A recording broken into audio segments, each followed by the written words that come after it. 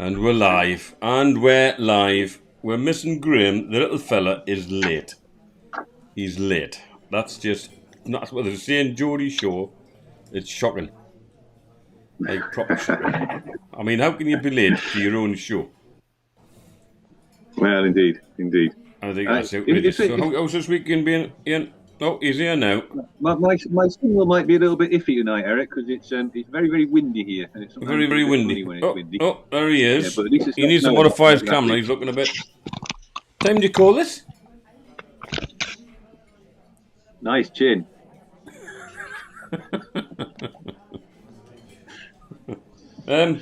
Timekeeping, yeah? I've just rammed some food down my throat. I've had a lot to do today.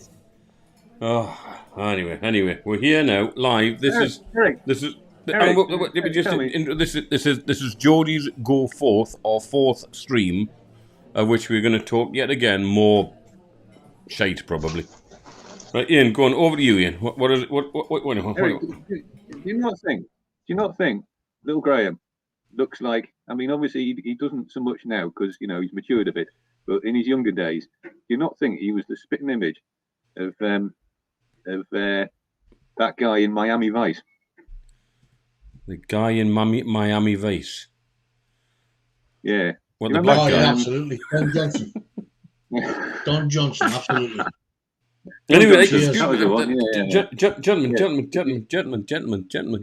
We've not discussed. If you're sticking in Ian, sorry, we've got a tradition here. We've not discussed what we're drinking.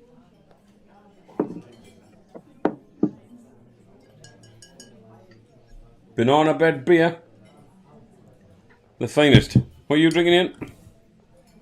I'm drinking Proper Job from Cornwall. Proper Job from Cornwall. What are you doing, Graham? Anything exciting? Yeah. No, not terribly exciting. Oh, is that the side down? I thought he's a proper beer drinker. Anyway, cheers, gentlemen. Cheers. Cheers to our fourth live stream. Oh, you know what I haven't done? I haven't put my comments window up, so there's probably lots of people, and we want lots of comments from people today, please, because it's all about the audience. So let me just put my comments window up so you get access to that. Comments and oh, here we go. Look, it's Ali Boy's already. It's time, he said. Ali Boy's saying it's time. So if you put little Graham in a pastel-coloured jacket with the sleeves rolled up, he would look like Don Johnson in Miami Vice. And especially if you put him in a Ferrari. In fact, do you remember, Graham, that photograph I took of you standing next to the red Ferrari at Brighton Marina when we were sailing that boat back to Newcastle? I do. He had one. Yeah, you looked a natural. You had that little Ferrari, didn't you? I had a wooden one. That's what I'm saying. You had a one that was like, oh, that's gorgeous. That. Job done. You had a little red wooden one, didn't you? A little kid car. I had a wooden one that I spent about 6 months of my life trying to make look like a proper car. And it had a Volkswagen engine in the back. Back. Right.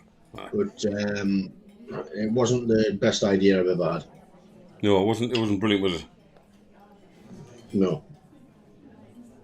It keeps dropping off. Oh, Courtney, it keeps dropping off, Courtney. This particular person here. Well, sorry about that. It's probably this guy here's fault. This one here, because he's the one that's got signal problems. Plus the fact my old people in my village will probably end up watching the soap operas. So bear with it, people. Bear with it. We did lose signal last time. Anyway, I'll just to let you know that I've actually been. I've been at work this week. I've been actually working. There's a novelty for you, Eric. Well, because of this, we're not mentioning the one thing. We're not mentioning that thing. The taboo subject. We're not mentioning that. But I want to just mention briefly the fact that I've been back to work, which is quite interesting. After not being at work for quite some months, I've worked out that I really don't like people very much. I'm not a people person, so I'm in favour of.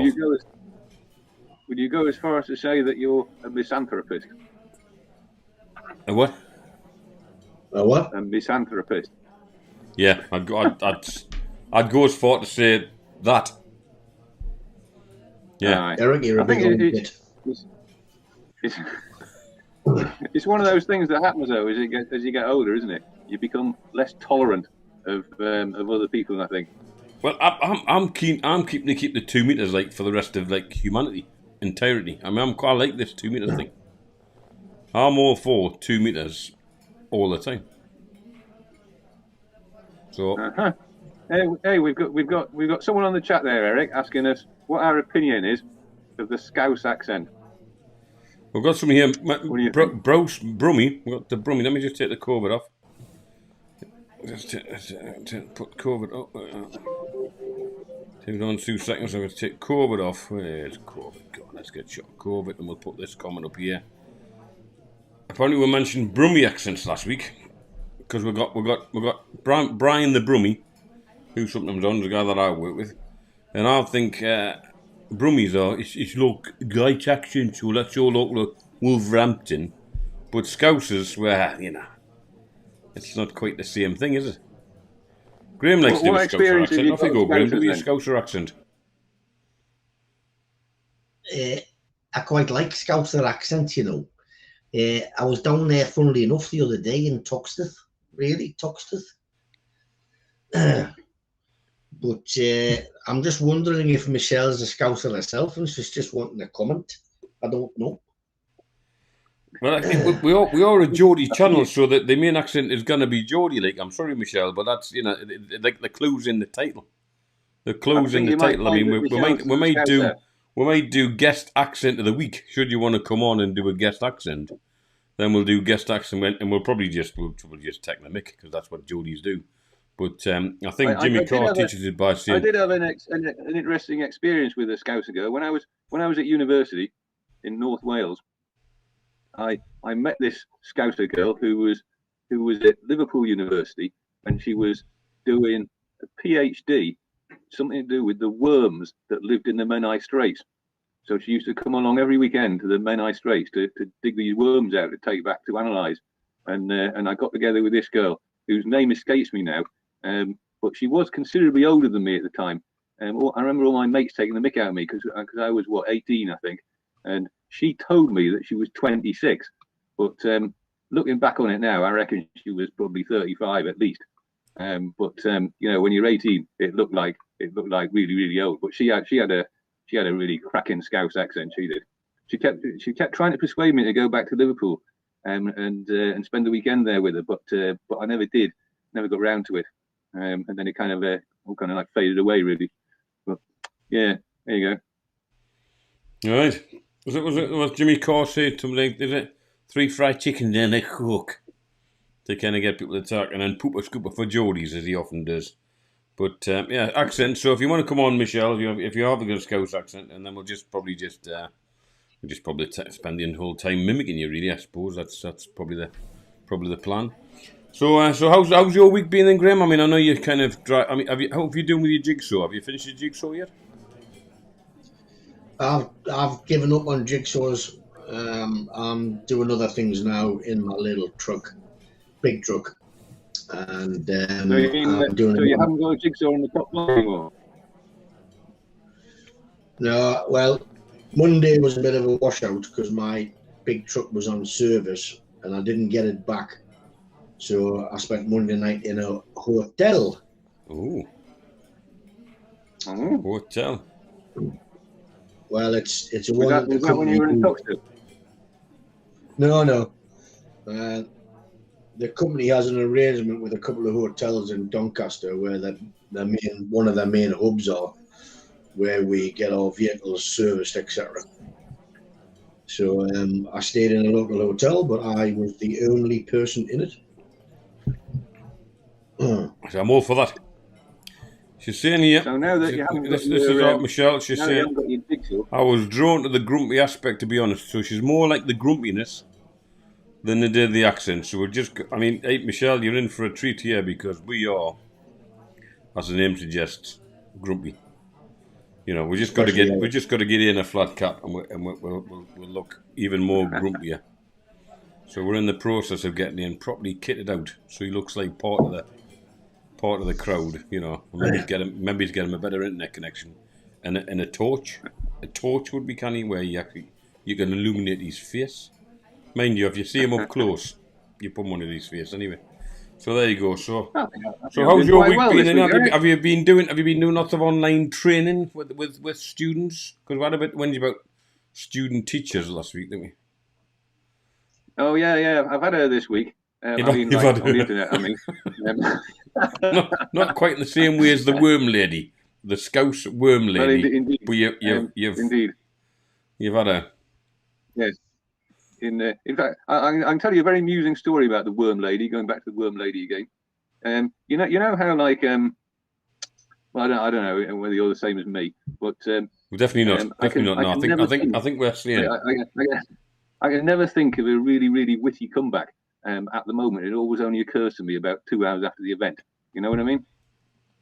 Well, this was the possibly the only occasion in my life where I came up with a really good witty comeback.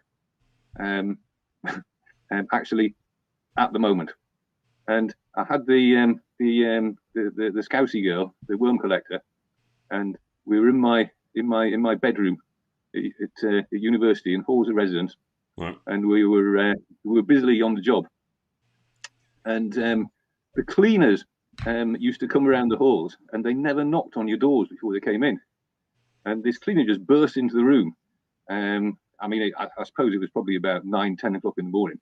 Just burst into the room there, and then we were at it, and you know, normally I wouldn't have known what to say. Would have been a bit embarrassed, and I came out with this line, which, like I say, I've never done it since, but it was great. And I said to her, "If you just form an orderly queue outside, I'll get round to you eventually." So that was your claim to fame of the one-liner.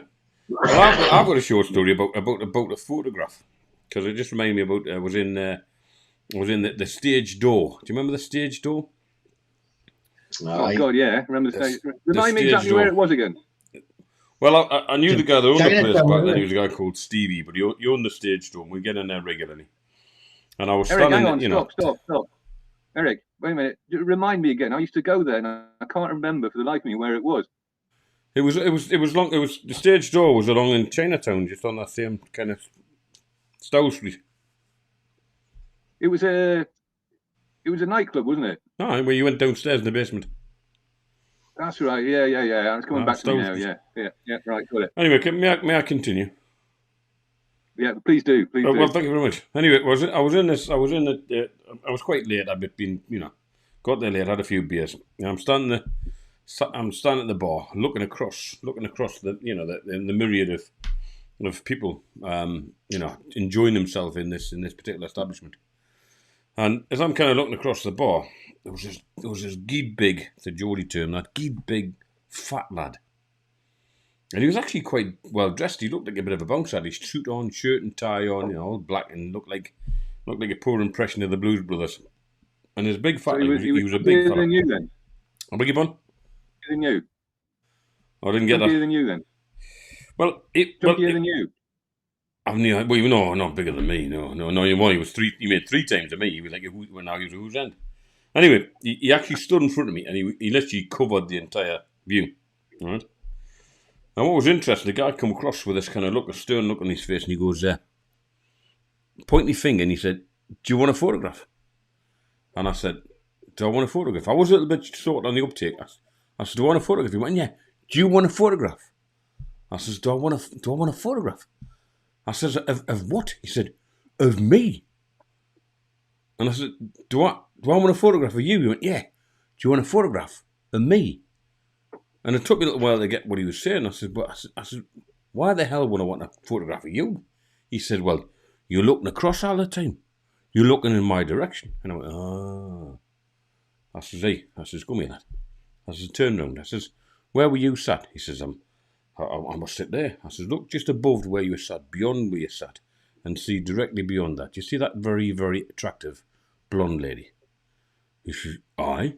I was going to ask you this very simple question. "Would I want a photograph of you, you big fat fuck, or her over there?" He went, "All right, take your point." Just wandered off. But I was a bit slow on the uptake, thinking, what the hell do I photograph of what? Do you want a photograph of me? Well, clearly not. Anyway, I give this blonde lass a wave and said, it's either him or me, and I end up talking to this young lady based on the big fat twat. Marvellous. There's a bonus there. There's a bonus. So there you go. So how's your old Graham? How's your week? Has it gone? You know, I mean, if you got any interesting experiences from this week, have you learned anything? Have you developed as a human being? I'm too old to learn new tricks now. But can you remember when I don't know, were you with us when the boys went down to Leeds that night? And we've been out, we've done the town. Dave Swinney was there with us. About 200 yards from our hotel was a little nightclub, which seemed to be closed as we headed back to our hotel. But anyway, after a bit more investigation, I realized that it was open.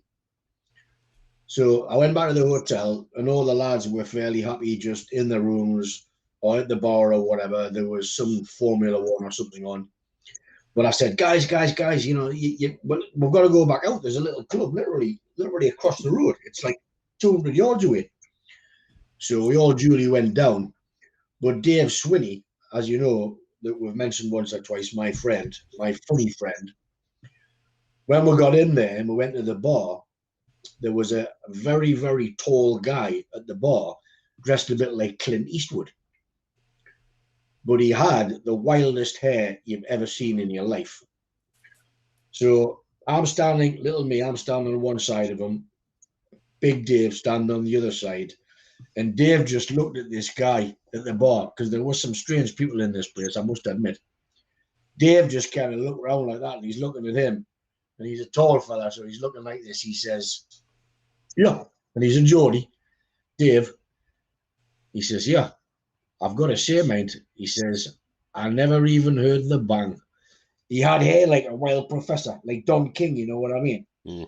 And the guy didn't see the funny side of it, and he was a big lad. But Dave used to just come up with some good lines. I never heard the bang. Got to be done. Got to be done. So let's have a look through our conversations. Then we've got some comments. So we'll have a quick look at the comment list. And if I could interrupt a moment, Eric. You may indeed, Ian. You go ahead. I mean, that's what interruptions is your forte. I just thought of something with Graham there talking about wild professors. It just reminded me of something. I mean, with you being an ex-teacher, as it were, you must have had quite a fair experience of parents' evenings, yeah? Oh yes. Oh yes. Well, yes. I read the second school that I taught at, which was this very, very big comprehensive school, and it was in quite a decent area in Hampshire. And it was an interesting contrast to the first school that I worked at, which was rough as. And in parents' evenings, I was very surprised on my first one, because the mothers at this school seemed to treat it as a kind of fashion event. And some of the things that they turned up in were quite eye-opening. You know, I mean, it was almost like you'd think they were going to a nightclub rather than to a school parents' evening. But we had in the science department at school this guy who, he was a lovely fella, and he looked like your archetypal mad professor, and he was actually an ex-NASA scientist as well. Great guy, and he had a great sense of humour. And one of his little foibles, what he used to do was, when it came to parents' evenings, he used to get a bunch of A4 sheets of paper, and he'd write on each sheet a number from 1 to 10. And then when I had a couple of parents sat down in front of me, he'd walk behind them and hold up a sheet with a number on which he was scoring the mother out of 10. And I was like talking to these parents, you know, trying to be serious and keep a straight face. Well, this guy was standing behind them, holding up a number 4 or something like that, you know, which was somewhat off-putting, I have to say. Did you agree with the scoring regime, and was that where you were kind of on par with that, or did you? Oh, absolutely. I mean, he'd been teaching a very long time, and I was a relative newcomer at that stage. But that was certainly one of the ideas that I took on board, Yeah. and for the rest of my time at that school, I carried on doing the same thing. Unfortunately, I made the mistake of the next school I worked at, which was very much a female-dominated school in terms of the staff. And when I attempted to carry on the tradition at this school, I think it's fair to say that it didn't go down very well. No, no. But there you go. I think it's probably because it would probably be classed as what they call it, sexist and inappropriate. Yeah, I've heard of that. Yeah, Yeah. I've heard of that. Not on this channel because we don't do political correctness, but that says in the title. It's something that we're not prepared to do. Political correctness, mainly because A, we don't understand it, and B, we just don't really care either. So I think, the fact that we don't sometimes will come up with comments that other people may find distressing. And can we just say that if you do find anything distressing, any language or any comments on this channel you find distressing, rest assured we really don't care. Indeed. Switch off. Find something else to watch. Just go bugger off. Yes. There we go. We simply don't care. So we somewhere else and be offended. Well, I mean, I was talking to a friend the other day and about a friend that I used to have, and when I was a bit younger, I used to have a friend called Malcolm. I won't mention his surname, but he had a stammer. But one of the interesting kind of stammer where we would go, Malcolm. He could not. His stammer was a fairly silent affair, and we used to often ask him to say so. He used to occasionally mutter occasionally, but very rarely did. It wasn't like a bit of it was more like a yeah. And this guy Malcolm was a great fellow. And we used to say, Malcolm, how do you spell your name? Is it 1 M or 5? Which people would consider quite cruel because he was Malcolm and he couldn't say things. But he's claiming to fame. He could operate a 15,000 gallon tanker at a petrol station. Now, also Graham could operate those as well, but he could actually unload fuel at a fuel station. And this guy's passion, he wanted to join the armed forces. And I said, you can't, Malcolm, because he wanted to be a sergeant. And I said, there's no way could you be a sergeant in the British Army. He said, why not? I said, well, think about it. You're on the battlefield, in charge of thousands of men, and you have to shout, halt! I says, that's going to be a problem. Well, not even that, you might have to shout, fire! And you're going to, you just can't have that kind of stammer under pressure. So a lot of people, when I used to tell these stories, would say I was highly out of order and politically incorrect. But can I just rest assured that Malcolm was a wonderful fella. I spent many an afternoon sitting, finishing his sentences for him. Because I could never. And you go, do you know what it's? You go, fucking, it's freezing. And you go, forget it. So it was something that gave me great pleasure, and I started to develop my ability to use sarcasm. So it's politically incorrect, but who the hell cares? It's what we do best. Anyway, so let's put a couple of comments up. We've got Ian's first comment. So it's over to you, Ian, and the comment is or the topic is rather cesspit. Right. Before I get into that, I must tell you about in a similar vein to your last story there, a lad that I was at school with, who for some strange reason, I still remember his name. I don't know why, because I've never seen him since we left. He was called Alan Dodds, and the poor kid, he had really bad eczema, and he used to scratch it all the time. And whenever you'd been in a lesson, you could always tell where he'd been sitting, because there was a little ring of white fleck around his seat where he'd been scratching all lesson. And I was sitting behind him in one lesson, and he was scratching away the way he does. And we'd had just before that we'd had woodwork. So I'd snaffled some sandpaper and put this in my pocket, and he's scratching away there in front of me. So I tapped him on the shoulder, and I passed him this piece of sandpaper, and I go, "There you go, Alan. You can make a proper job of it now." And he really took offence at this, and he turned around and smacked me in the mouth. And it was the first time at school that I'd really been smacked in the mouth quite hard. Oh, okay. But it was fair enough, arguing with it. It was a fair point, well made. But the other interesting thing was that when I was at school, I don't know about you, but the most of the teaching staff were male. Well, most of them were. Yeah, and I mean, the teacher saw what went on there, and he agreed, fair enough, it's your own fault, you got smacked in the mouth, and the story, just get on with the lesson. And sadly, it wouldn't happen that now because there's so many female staff and they're so obsessed with getting on with each other and everybody being nice to each other, and that somebody in the class, it would be like a major incident. You'd be dragged in front of their teacher, you have your parents brought in, and it would be a complete nightmare. But interesting how times have changed. Yeah. Anyway, what was I supposed to be talking about? Well, just to finish up, seeing we're on teachers, I got caned pretty much on a daily basis. I was that child that was always, would seek out to cause mischief in class because I didn't want to be in class, and I used to get belted by a fellow with a wooden leg called Mr. Wooden, who's obviously passed away now. He didn't beat me with a wooden leg, by the way. That was just for interest purposes. He used to beat me with a stick regularly, and I got caned in secondary school as well. And sort of because there was a 4-tier system in Gateshead. You had junior or primary school. You had primary school, was it like an infant, a juniors, a junior high, and a senior back in the day. And I think I got caned in all of them. And I used to have a good job at actually winding up teachers. It seemed to be a bit of a 4-tier mine. And I remember the teacher said to me, he said, "Yes, you're a mountain out, you son. What on earth will you do with your life?" And for some reason got a youth work degree and became a teacher. No idea how that happened. And taught for a number of years, but seemed to be somewhat better than my form tutor was.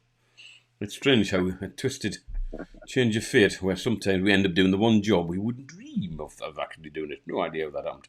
Anyway, your comment, Ian. I'm exactly the same, Eric. Sorry? I'm exactly the same. You're exactly the same. I'm exactly the same. You're a mountain out, you son. What on earth will you do with life? I'll dig a degree and I'll become a teacher. So I believe the comment was cesspit. That was the comment, cesspit. Ah, cesspit. Yeah. Now, go on. I mean, as far as I know, Graham, you've never lived anywhere with a cesspit, have you? No, I don't think so. Don't think you had. No. What about you, Eric? I think I have. We had when the school I used to work in had a big cesspit. All the stuff went into. We didn't manage it. It was municipal. Hey. Can I just apologise? Hang on. I've got a phone call. Hi, I'm sorry. I'm busy. I'm busy. Who is it? What do you want? Ollie. Hello. Hello. Hey. I'm in the pub. I'm in the pub. I mean, I'm in the pub with my mates. Like when the flat cap and whippet. We're in the pub. I mean, I thought you'd be watching. Do you want to? Are you coming for a beer then? Or what? Have you got anything to drink? You've got something right next to you. Well, just come in if you want. If you want to come and join the lads for a pint. I mean, I'm sure they won't mind. You won't mind if my mate Ali comes in, will you? By all means. So we'll see in a minute, Ali. I kind of just stop. I'm busy. It's rude to take a phone call when you're online. I mean, it's just out. Oh. All right. Okay. See you soon, son. See you soon. Ta-da. Sorry about that, lads. I mean, it was just he's a good friend. Oh, hey. Look at this. Look. Ah, yes. Right. So anyway, we've got here.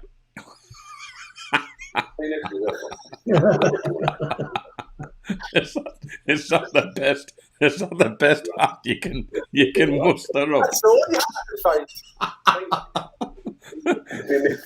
When you said you wanted to come to the pub and you couldn't come with a hat, is that it? Is that Wurzel? Yeah. Is that Wurzel Gummidge? If you've got any live stream on at the same time, you're going to turn that bit off, otherwise we'll get feedback. That's part of the deal. Right. So anyway, just do a couple of introductions. You met Graham before. Oh yeah. I certainly have. You met Graham, and this is Ian, who's another regular in the flat cap and whippet. What are you drinking? Coors Light. Nice to meet you, Ali. Coors Light. Right. See, I'm proper on. We're all on real ale. Well, I'm on real ale. It's just me and Ian doing the real ale beer. You've got to come with somebody who's got the beers. That's the point. So you've been a bit of a viewer of our events in Mr. Boyd, is that right, Ali? I try to watch what I can. Yes. Oh, because he's a working lad. He works on the trains. He does train stuff. Yeah, Anyway. he's got a proper good Geordie accent, that lad. Oh, Well, see, me and Ali, we sometimes we used to spend a lot of time together, but the problem was, have you ever been in a situation where you can spend too much time with somebody? As in, way too much time with somebody. Where you get a little bit... Which particular time are you talking about? Well, I'm just thinking like fractious, that's all I'm getting. Anyway, we're just going to finish Ian's story about cesspits. He's talking about cesspits. See, so go on in. Tell us about cesspits. I mean, anyway, I did have a cesspit, but it was managed by the local authority. Right, so it wasn't like your own personal cesspit. Well, I dumped in it, but I didn't actually take it out. All right, I see. Well, just to complete the survey here, Ali, have you ever lived with a cesspit? Yes. Ah, top man. So, I'd never really come across a cesspit until we moved into this house in this little village in Hampshire, and it was a chocolate box little village, lovely house, but it wasn't on mains drainage. Interesting, use the word chocolate box when you don't make cesspits. So when we first moved in there, I took the lid off this thing, had a look, and it was a bloody enormous, great brick-lined hole. So at the time, my missus had rather a lucrative business doing colonic irrigation. Oof. So colonic irrigation gets through a lot of water. She was very busy at the time. She was doing like 6 or 7 customers a day. I can't remember the exact figure, but several gallons of water went through each customer, complete with all the poo and whatnot, that would be coming out. So it dawned on me that this cesspit would have to be emptied. So we contacted a cesspit man to come around and have a look at the cesspit and tell us how much it would cost to be emptied and how often it would need doing. So he came around, very nice fella, and he looked down the cesspit and he informed me that it was a 1,500 gallon cesspit. And he says to me, how many of you are living in the house?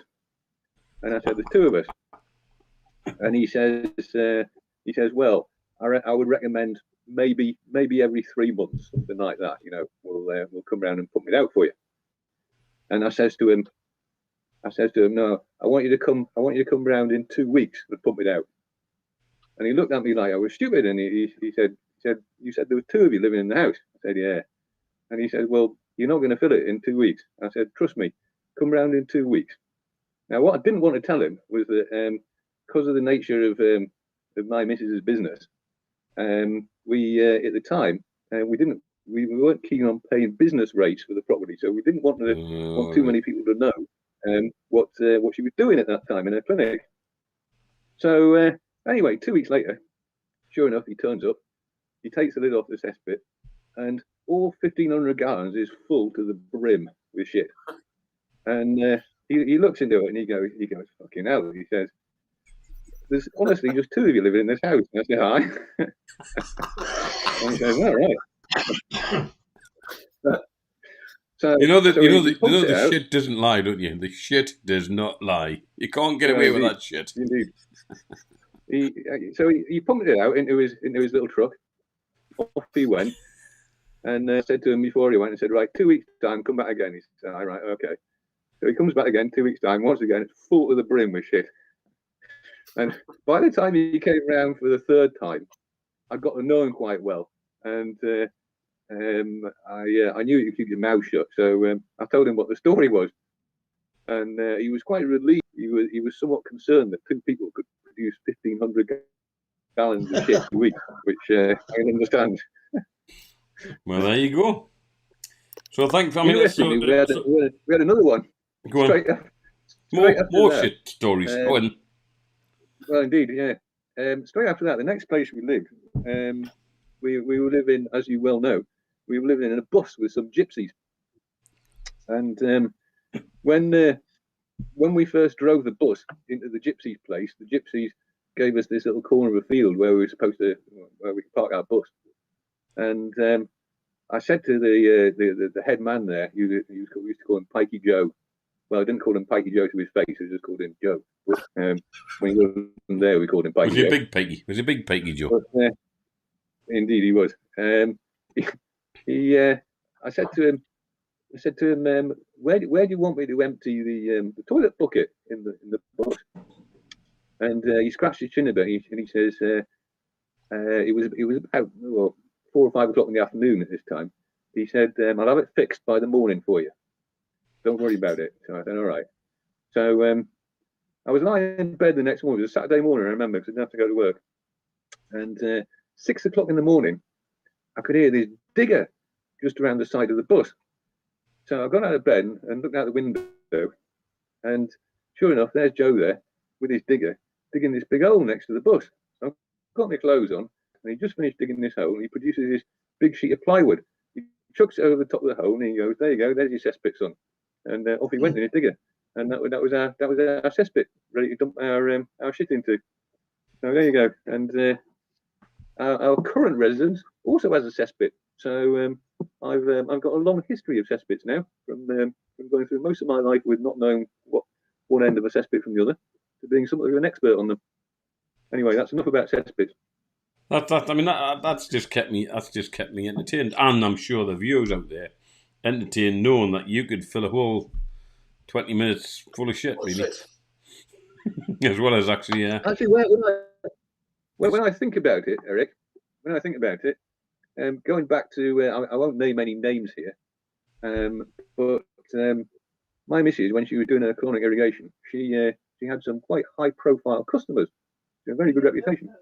So I'm thinking, it didn't occur to me at the time, but I'm sure now with the expansion of eBay and so forth, the way it you could have sold the shit. From some of the more famous ones, I could have actually collected their turds as they dropped into the cesspit, and I could put in a little jar and stuck it on eBay and made quite a few quid out of it, from some of the more well-known personalities. There you go. It's probably you probably give the game away, because let's be honest, they're probably not giving the shit to everybody else other than you on a regular basis. So I think, what would you call your YouTube channel? Ian's shit. Ian's cesspit. Ian's celebrity shit. Celebrity shit, yeah, there you go. Yeah. Celebrity shit, collected by Ian. That would be an extremely difficult marketing campaign, because even if you were a high-profile celebrity, you'd have to consider the thought and think that's just a crock of shit, that idea, wouldn't you? It's full of shit. It's a full of shit idea. Anyway, I think the secret would be to dehydrate it. Freeze-dry celebrity shit.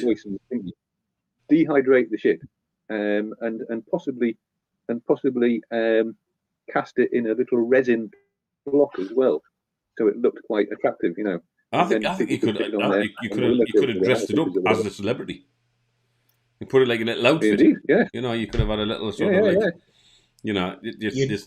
This is not just a shit celebrity. This is a celebrity shit. You do realise, gentlemen, that there's some probably high-level conversations going on with the wet wipes that we have down in Parliament as we speak about a very similar product, a very similar topic, because all the stuff that we flush down our toilets ends up somewhere, and then when it's treated or whatever, a lot of it ends up on agricultural land. But the problem now is, because we live in a world and we're all sucking pharmaceuticals and drugs and all this kind of stuff on a daily basis. I'm not talking heavy drugs here, but drugs generally that bacteria are becoming immune to. This is all getting splashed all over agricultural land, but it ends back in the watercourse. So it's quite a problem now, because we live on, what are those things called when you go to the doctor and they go, just take a couple of them, what do they call them? Pills. No. Aye. Was it meant to be more technical than that? Was I meant to come up with like a really technical answer? Drugs. Antibiotics. Antibiotics. Well, Yeah. it just means that the fish ain't got any diseases now. They're just full of microplastics because, my But God, they've they all got a got lot of yeah, antibiotics. but they've all got 3 heads, man. Well, it means you get, but I don't know where they get the fish fingers from. I never understood that fish fingers. So, can we put cesspits to bed then? Aye. Right, we'll put cesspits to bed. I want to talk a little about spending too much time together because Ali and myself go back a few years, quite a few years Too actually, many? quite a few Too many. years, and we both got this time where we spent a week together. Was it a week or a fortnight? Was it a week and it felt like a fortnight? Probably you would probably felt like a fortnight, Eric. But was it a week or I mean, apart from some because we invented because Ian is a bit of a kayaker. You don't know this, but he paddles kayaks, sea kayaks, and can I just say, my claim to fame, along with the fellow over there, is we invented the canoe yak. We did. The canoe yak. It's a Have you marvellous ever game. seen or paddled a canoe yak? No. Well, that'll be because we invented them. And it involves putting a Canadian canoe on the water and a kayak on top, on the seats. And the benefit Not is, just one. well, sometimes two Canadians, right? And what you do, the benefit is you get that much further from the water so you don't get splashed or any water in your spray deck. And you just need to use the paddle slightly differently, but it means you've got actually Hang on, far stop. more. Stop. Right, now let me just clarify here. Yeah, so yeah. you've got the Canadian canoe, Yeah, that's correct. and then on top of it, Yeah. like in it, Yeah. you've got a On, kayak, on the seats or on the gunnels, you put a. and you're sitting in the kayak. Correct. Right. Paddling the pair of them. Well, Yeah, obviously, from your the seat in weight the of the kayak. kayak and you in it pushes the Canadian underneath. Okay, right, I'm with you. Right, gotcha. Okay. He's I've going to got ask that why in picture a in my minute, and he's going to ask why in a minute. I'm just about to tell you why because you know Right, when you're I'll paddling shut up. Yeah, you can go for it. when you're paddling a kayak, occasionally you get splashed water in your face and you get water in your spray deck. And because I didn't have my dry kag, I thought, can I create something where I can still enjoy the paddling, but I'm that much further away from the water? Hence, the canoe yak was born. Right. Not very good rolling them, must though. have You been can't really interesting roll handling. them because it's very dangerous. If you fall off it, it's very dangerous. Can I Really can take I get off my either. Must have coat been now? interesting. Must Sorry, have been Graham? interesting handling on a windy day.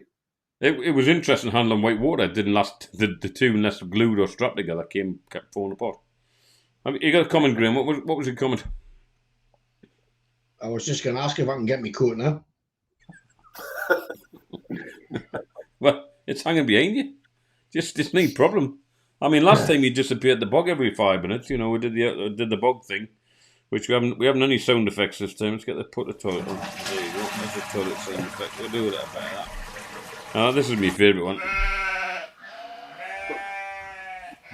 Go and shut the door in. Shut the door in. You've got them sheep again. Anyway, so we invented the canoe They're not yak. as hungry this week. The snow's all melted, and the temperature's gone up. So there's more grass for them now. So they're all pissed off to do whatever it is that they do. So they're not bothering me tonight like they were last week. All right, sheep have gone. Anyway, so that was it. But we do have. I think Ali wants to tell a motoring story. Because we were one time, because people know that I'm very fond of what they call it, off-roading. And there was one time in my little Land Rover, when I had my little Defender, we decided to go, I don't know if you remember it, but the back end of Wickham where there's lots of slag heaps, so if you go towards Rowlands Gill, that's the one, and there's this whole sort of expanse of old NCB land, and then we decided to do the old, let's go off-road. So we went off-road and go and have a bit of fun in this, these dirt tracks and whatever. Now, what joined us was a little lad in a Series 3 Land Rover. So I had me 90-year-old colours sprung and all tickly-boo, and this little lad joined us in a Series 3. So we thought, because we've got 2 Land Rovers, we can get a bit more adventurous and go through slightly deeper puddles. That was the idea behind it. And there was this lovely kind of marshy bit, but obviously being NCB land, it's not soil, it's silt. It's old stuff from the pits. And we decided to go and take the Land Rover through with a bit more watery, muddy bit, which was not a good plan. And it kind of, I drove onto this plateau, onto this sort of puddle, and the whole thing sunk up to the wingtops, quite significantly so. And we spent some time, Mr. Boyd, trying to get this out. How long did we spend? I think it took easily, what was it, 2 to 3 hours trying to get it out? I think it was certainly over 3, like. Yeah, definitely. But it was a bit like that time with the concrete thing with Graham. It's when you spend time doing a task for any length of time, you get a little bit fractious.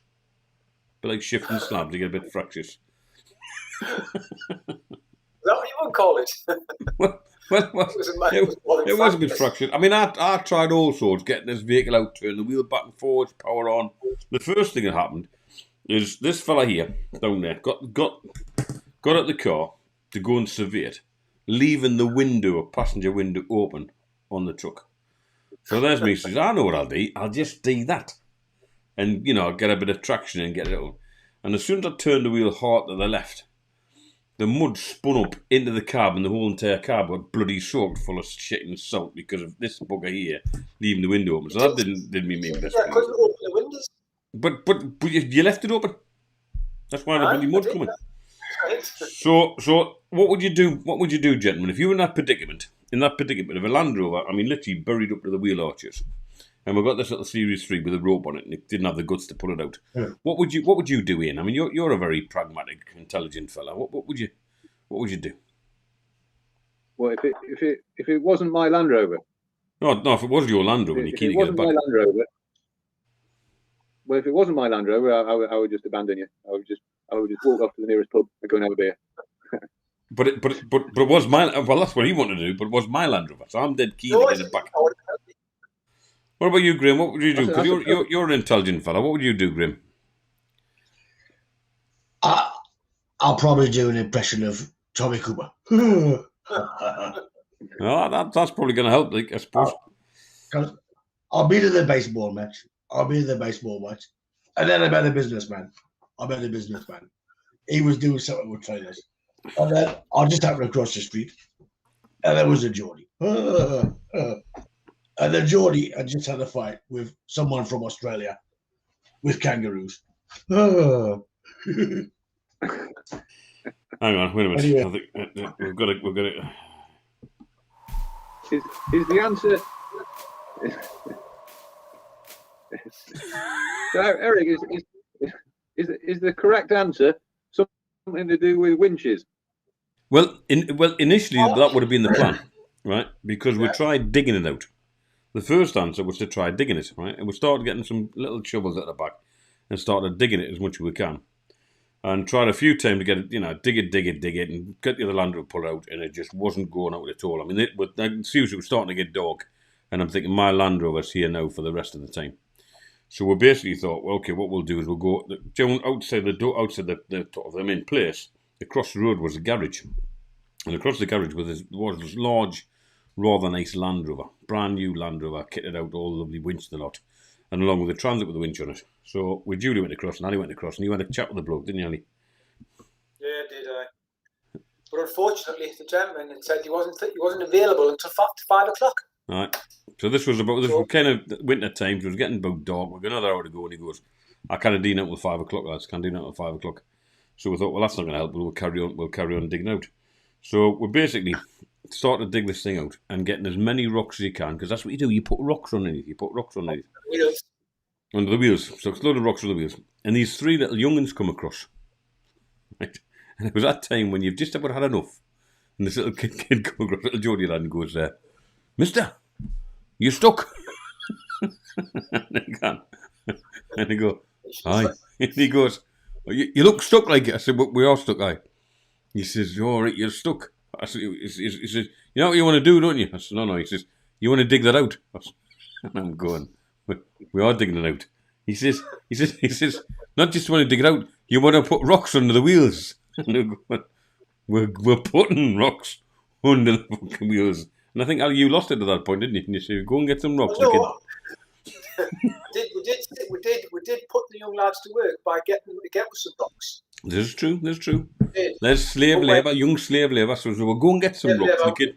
very good. We were covered in shit and muck for our sort of breakfast time, and but that's when it got to the end when he started mentioning his dad.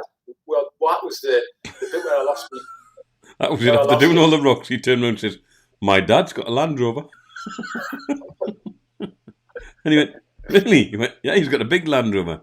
I says, "All right." And I think he only turned around and said, "It's not brown, is it?" He went, "Aye." He said, "I've got a roof rack on the top, is it?" He went, "Aye." "Doesn't got a white stripe down the side, is it?" He went, "Aye." He says, "Did you work across the garage across the road?" He went, "Aye." So we're not available for 5 o'clock. But we were absolutely covered in clots. I mean, the entire car, apart from a little bit where the windscreen wipers went, we were black. And then my mother was allowed back then, went back to my mother's, and she looked at us and looked at the car and said, "What the hell have you been doing?" I said, "When you only went away for half an hour." It was a pretty tough event. So we've had a few land, because even Ian's Lock, I took my brand new Discovery up to Ian's Lock, did I not, Mr. Ian? On the top of your hill. In fact, if I remember rightly, you went to the top of the hill, didn't you? I did. I went to the top of the hill. I've got photographs to prove it of me and me off-roading, because I'm a bit of a off-roader, proper off-roader, Geordie. Like, that's what I do. So there you go. Anyway, let's get another. One of the finest off-roading vehicles I've had the pleasure of riding was, strangely enough, a Russian motorcycle and sidecar. It was a Ural, which, if you know the Ural at all, it's a 750cc horizontally opposed twin engine, like the old BMWs, and this particular one was an ex-Russian army one, and it was bought by a pal of mine called Rob Cooper, and I met Rob Cooper when I was living with the Gypsies, and he was a very interesting guy. He'd been an engineer out in Iraq, contracting. So he fixed all their tanks and things like that in the war out there. But he'd been living in the UK for 20 years. But he was actually a South African, and he was dead keen to go back home to South Africa for his retirement. And he was well into his 60s when I met him. So he wasn't a young fella, but he was very fit. And when I met him, he just bought this Ural and sidecar, and his plan was that he was going to, because he loved motorbikes, so he was going to ride it back to Cape Town from the UK, all the way across Africa. So I was having a look around this thing one day with him, and he was being an engineer. The problem with the Urals is that they're basically a good design, but they have really crap bearings in them. So he'd taken out all the bearings from all over this machine and replaced them with German or Japanese bearings. So he made it, a completely different thing. And he said to me one day, he said, "You've got to come out and experience its off-road capability." This. So we went out one day into the woods on a very muddy day, and what it's got in between the bike and the sidecar handle, that's like it looks like a handbrake. When you pull it, what it does, it engages the drive with the wheel on the sidecar as well. So the bike becomes a two-wheel drive, and it makes it capable of getting out of almost like any holes in the ground. It was an amazing thing. Anyway, not long after that, he set off for Cape Town, and he kept sending me messages all the way down there. And he had some great adventures, and down across Europe, got the ferry across from Gibraltar to Tangier, and then down through Africa. And sadly, he didn't quite make it because he was in the Central African Republic. And when he arrived there, they were having a civil war, and he couldn't get across there, so he had to abandon the bike. And the last couple of thousand miles, he had to fly. But he almost made it all the way. And when he was going through Mali, he came across a Brit who was trying to travel around the world on a Fireblade. And his Fireblade had broken down the swing arm where it attached to the frame, had broken completely on these shitty roads. So what he did to rescue him, and this says something for the old Euro, they managed to drag this Fireblade onto the back of the sidecar, tie it down on the sidecar, and trundle a few hundred miles to the nearest town, so that this guy could get his bike repaired. Which is, I mean, a Fireblade is what 900 cc, isn't it? Plus you had a load of, so it's a hell of a weight. Plus 2 blokes on it as well, and all Rob's luggage. But he made it. So yeah, don't underestimate the Ural. Well, I think another good 4-wheel drive vehicle is a Portuguese UMM, and it's a strange off-roader with a slanty front. No, but I also like. I mean, where do we sit with the new Defender? The new Defender. It's an ugly-looking bloody thing. Oh, Graham, you've upset me now, like, because I think it's all right. Like, I think it's a canny looking vehicle. I think it's not too bad. I'm sorry, I have to agree with Graham. Well, no, I mean, I've been watching it because I'm a Sado, right? I've been watching a few. I mean, he's a Sado, but I've been watching a few like online videos as you do, and you know, I was agreeing with Graham when I first saw it, but now that I'm kind of going, I'm kind of getting, you know, a little bit excited by it. I mean, when I first sat in one, because I've sat in one, I've never driven one, I've sat in one. It's a lot smaller than a Discovery, but I'm thinking it's a proper off-roader. It's a proper 4x4 thing. So, you know, when we go famous and get extortionately rich through being grumpy Geordies, and we've got groupies and we've got T-shirts, we've got merchandise, you know, I think that what we need is a Defender with a logo on the side.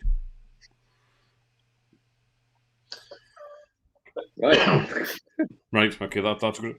Okay, so next comment. Well, let's leave that then. I'll have a Euro with a sidecar. With a grumpy Geordies logo on the side. Okay then, champion. So the comment now is places we went drinking. I was never really a drinker, but this was one we didn't cover last week. So places you went drinking in the town. You were a bit of a drinker in the town, weren't you, Ali? You did a bit of drinking in the town. I did a lot, an awful lot. I don't think there's many pubs that I haven't been to in the town. So which would you have recommended then back in the day, or back in your day?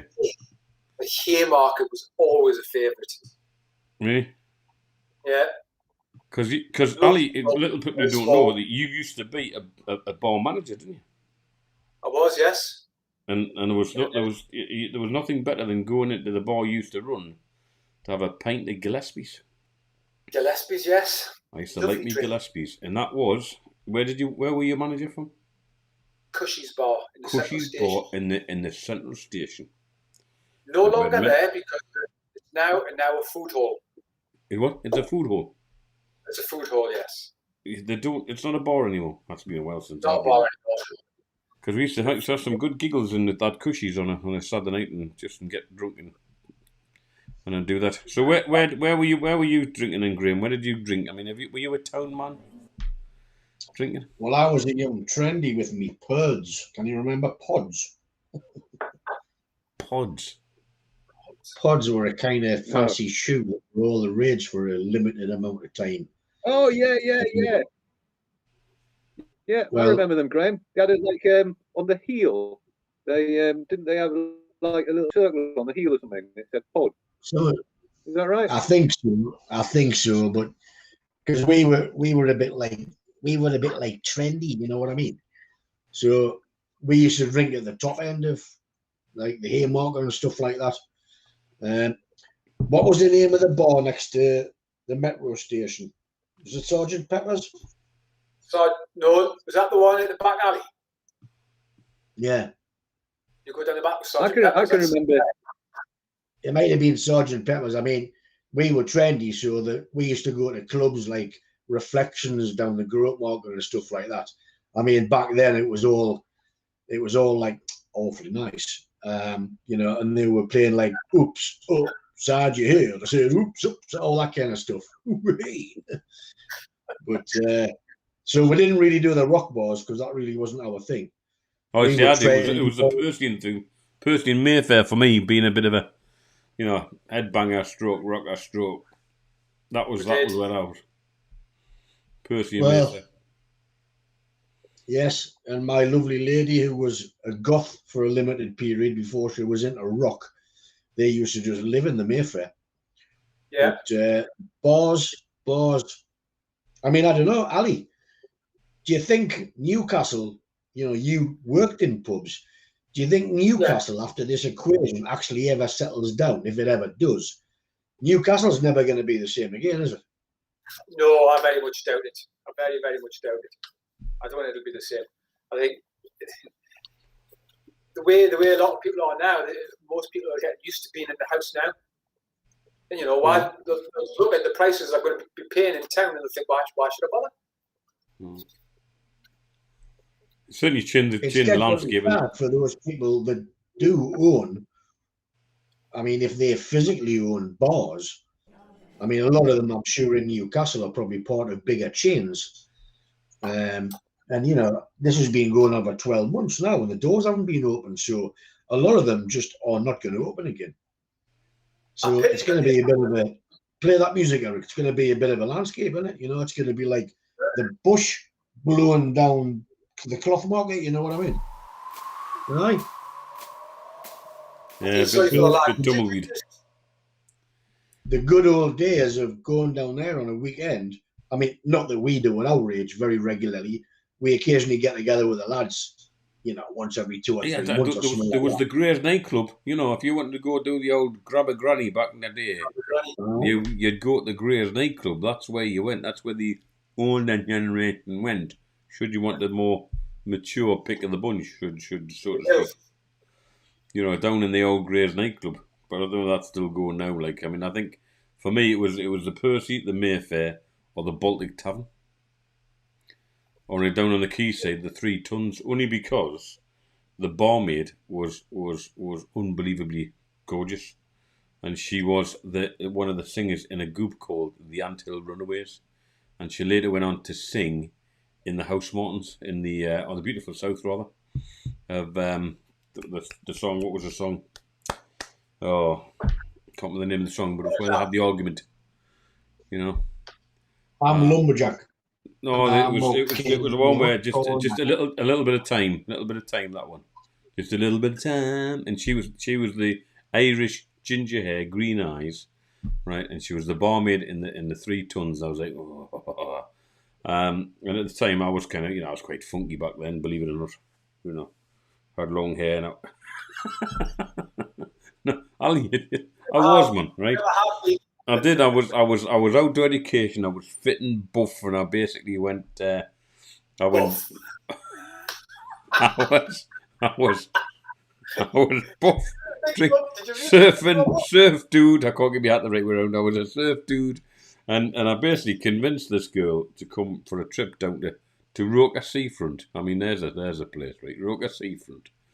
When we took out a few kayaks, proper kayaks, like surf kayaks, not your sea kayaks, and we did surf kayaks and wave skis. Do you remember wave skis, Ian? But just wave skis, sit on a paddle job, and we took her down, and some of my mates and a couple of her mates, and I'm thinking, you know, I mean, she was a cute girl, and we're kind of, you know, going to have a bit of a barbie out on the beach. Got some mackerel, got some whatever. Put a beach fire and bar. We're just going to, you know, sleeping bags. Nice summer's night, going to keep out and all that. And things were going rather well. I was like, you know. Did you look good in a wetsuit? Hey? Oh, I look great in a wetsuit. I mean, you know, we're talking. I was looking good. Anyway, as the night was just wearing on, it was going in the right direction, and then what? And then this guy came and joined us, and he was literally about 6'8" and built like a big shite house, and it turned out to be our boyfriend. So it was a bit like this. My tumbleweed's not working, right? But so that was it. Because I mean, you don't realise that I am an expert in outdoor education. I can just say that. I mean, I've taught that fella up there kayaking, canoeing, yeah, rock climbing. Oh, don't, Ali, don't. No, don't tell that. They don't want to know that story. They don't want to know that. No. It's like a Geordie argument. It's like, no. It'd be funny. We do, Ali. We want to know the story. Well, I'll set it gotta up know the story. down on the south coast, southeast. There's a place called Carrison's Rocks, which is a rocky outcrop of sandstone. And he was joining me on an outdoor education trip with a load of students and young people, and there was a mother there joined us. One of our sons was on the coast called Joyce, and we spent the entire afternoon just absolutely ripping the crap out of each other. And she never laughed so much. She said she nearly died laughing. And there was me delivering we're talking expert tuition on how to climb this particular climb. And all I said,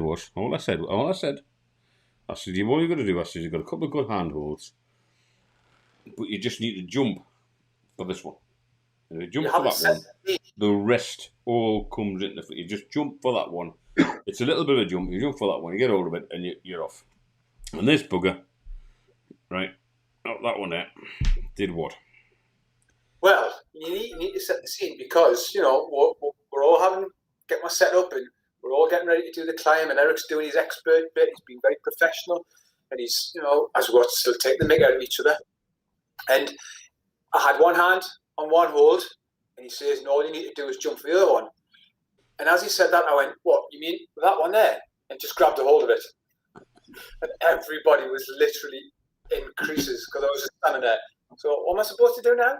The hand on this handhold. And like, yeah, next. But it got better. That's just right. You jump for it. And then, when he didn't have to jump for it, I said, but once you got hold of it, you pull yourself up. And he's going, I said, well, pull yourself up. Then he was going, he might be reach it, but he's got no strength of those wimpy arms of his. And you think, I said, you lift beer kegs and stuff, man. You chuck beer kegs around. You're a bar manager, and you can't do a pull-up on that. You went, well, I can reach it. I suppose it's good now. You can lean out with it. So there you go. So he just undermined my expertise of prowess in terms of climbing expertise and extraordinaire instructor. He made me look like a bloody idiot, which I think is outrageous. Absolutely outrageous. Quite easy though. Well, it was quite easy. You're right, but it was still outrageous. But we did spend that fortnight together. I think it was a fortnight, and by which point we're absolutely sick of each other. Because you know when you take the piss too much. Not that I would take the piss. It's not my thing. I'm not very good at sarcasm. I'm thinking about going on a course. So any more on the places when drinking? I mean, Graham's made a point. In fact, Graham's actually mentioned one of the two subjects. He mentioned COVID, which we shouldn't be talking about. But you're right. It's going to be an issue. There's going to be anywhere left to drink. I mean, much for me. I much prefer to go drinking in a little Lakeland bar. I can remember. Go on in.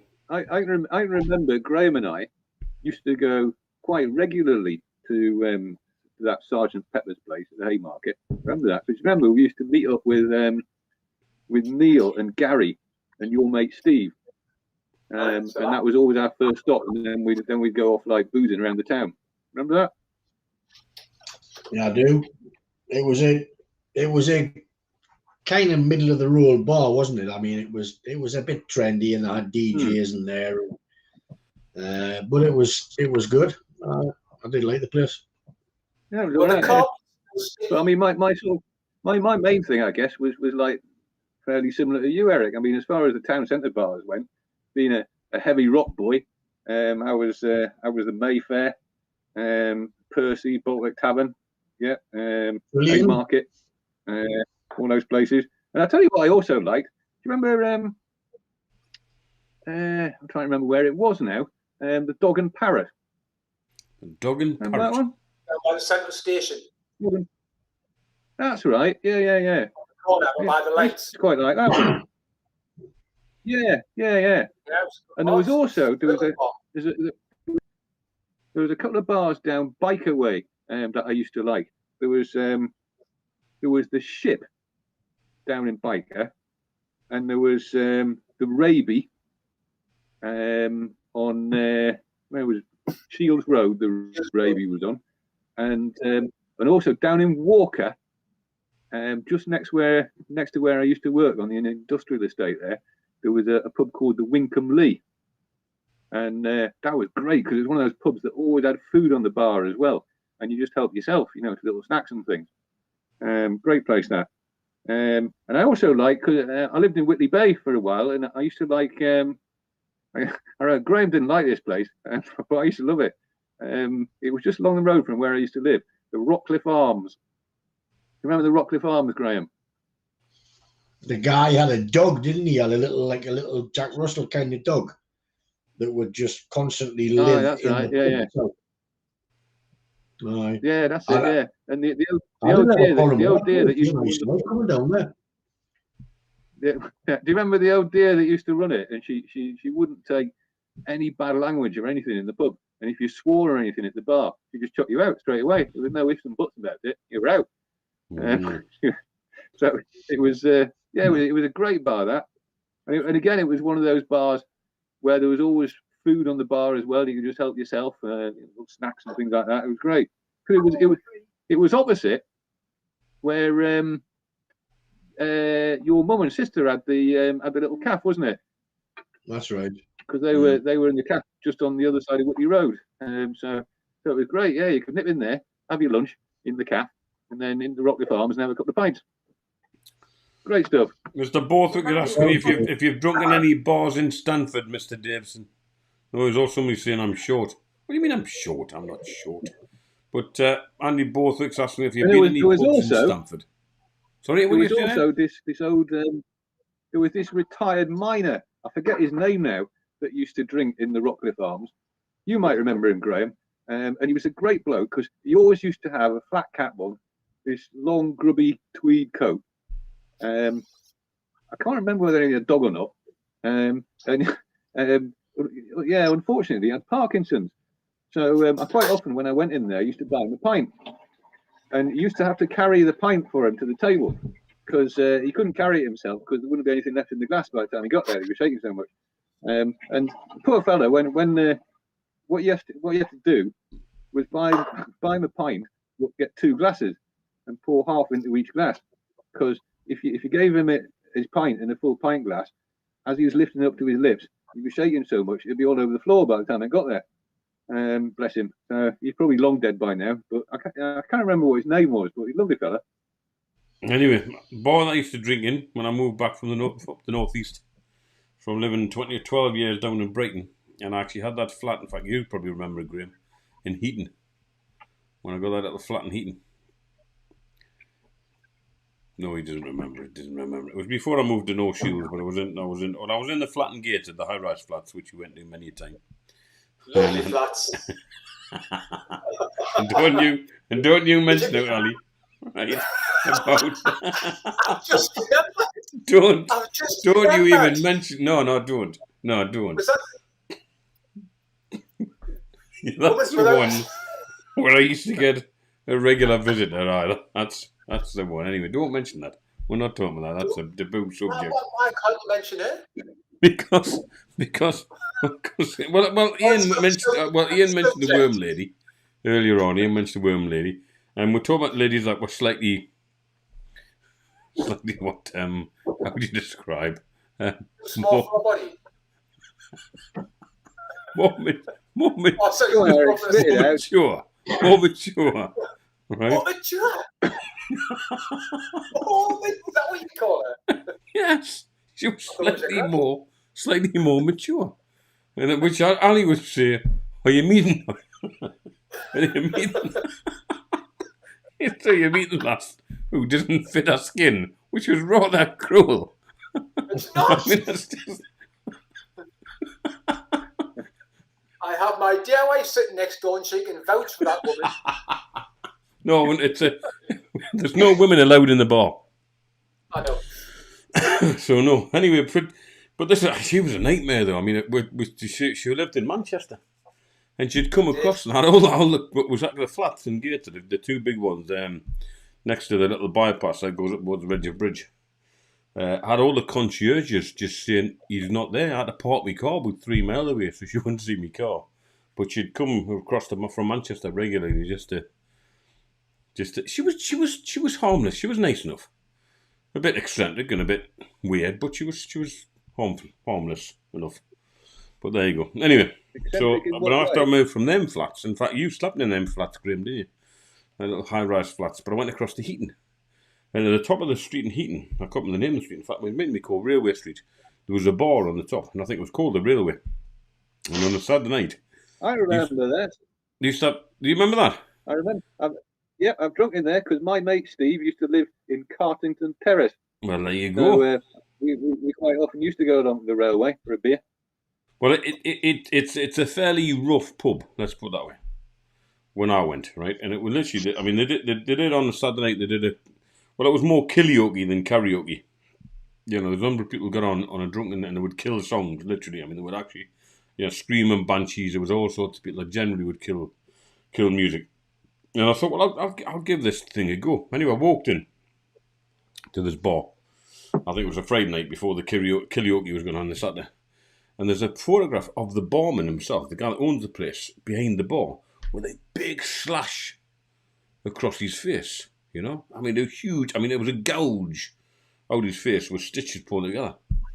And he said, you all right? I said, chop me on. He said, fairly new here? I said, well, I've just moved in down the street, aye. He said, so this is going to be local, is it? I said, well, I wouldn't say it was going to be local. I said, but it is local. I said, is any good? He said, we have some good nights in here, like. And he pointed this photograph. He said, see that? Cracking night that was, like. I says, cracking night? He says, he says, it was a really good night. He says, I says, it looks at it. He says, do you see that scar? He says, that was a spade. And I said, a spade? He went, aye. He says, I got hit with a spade.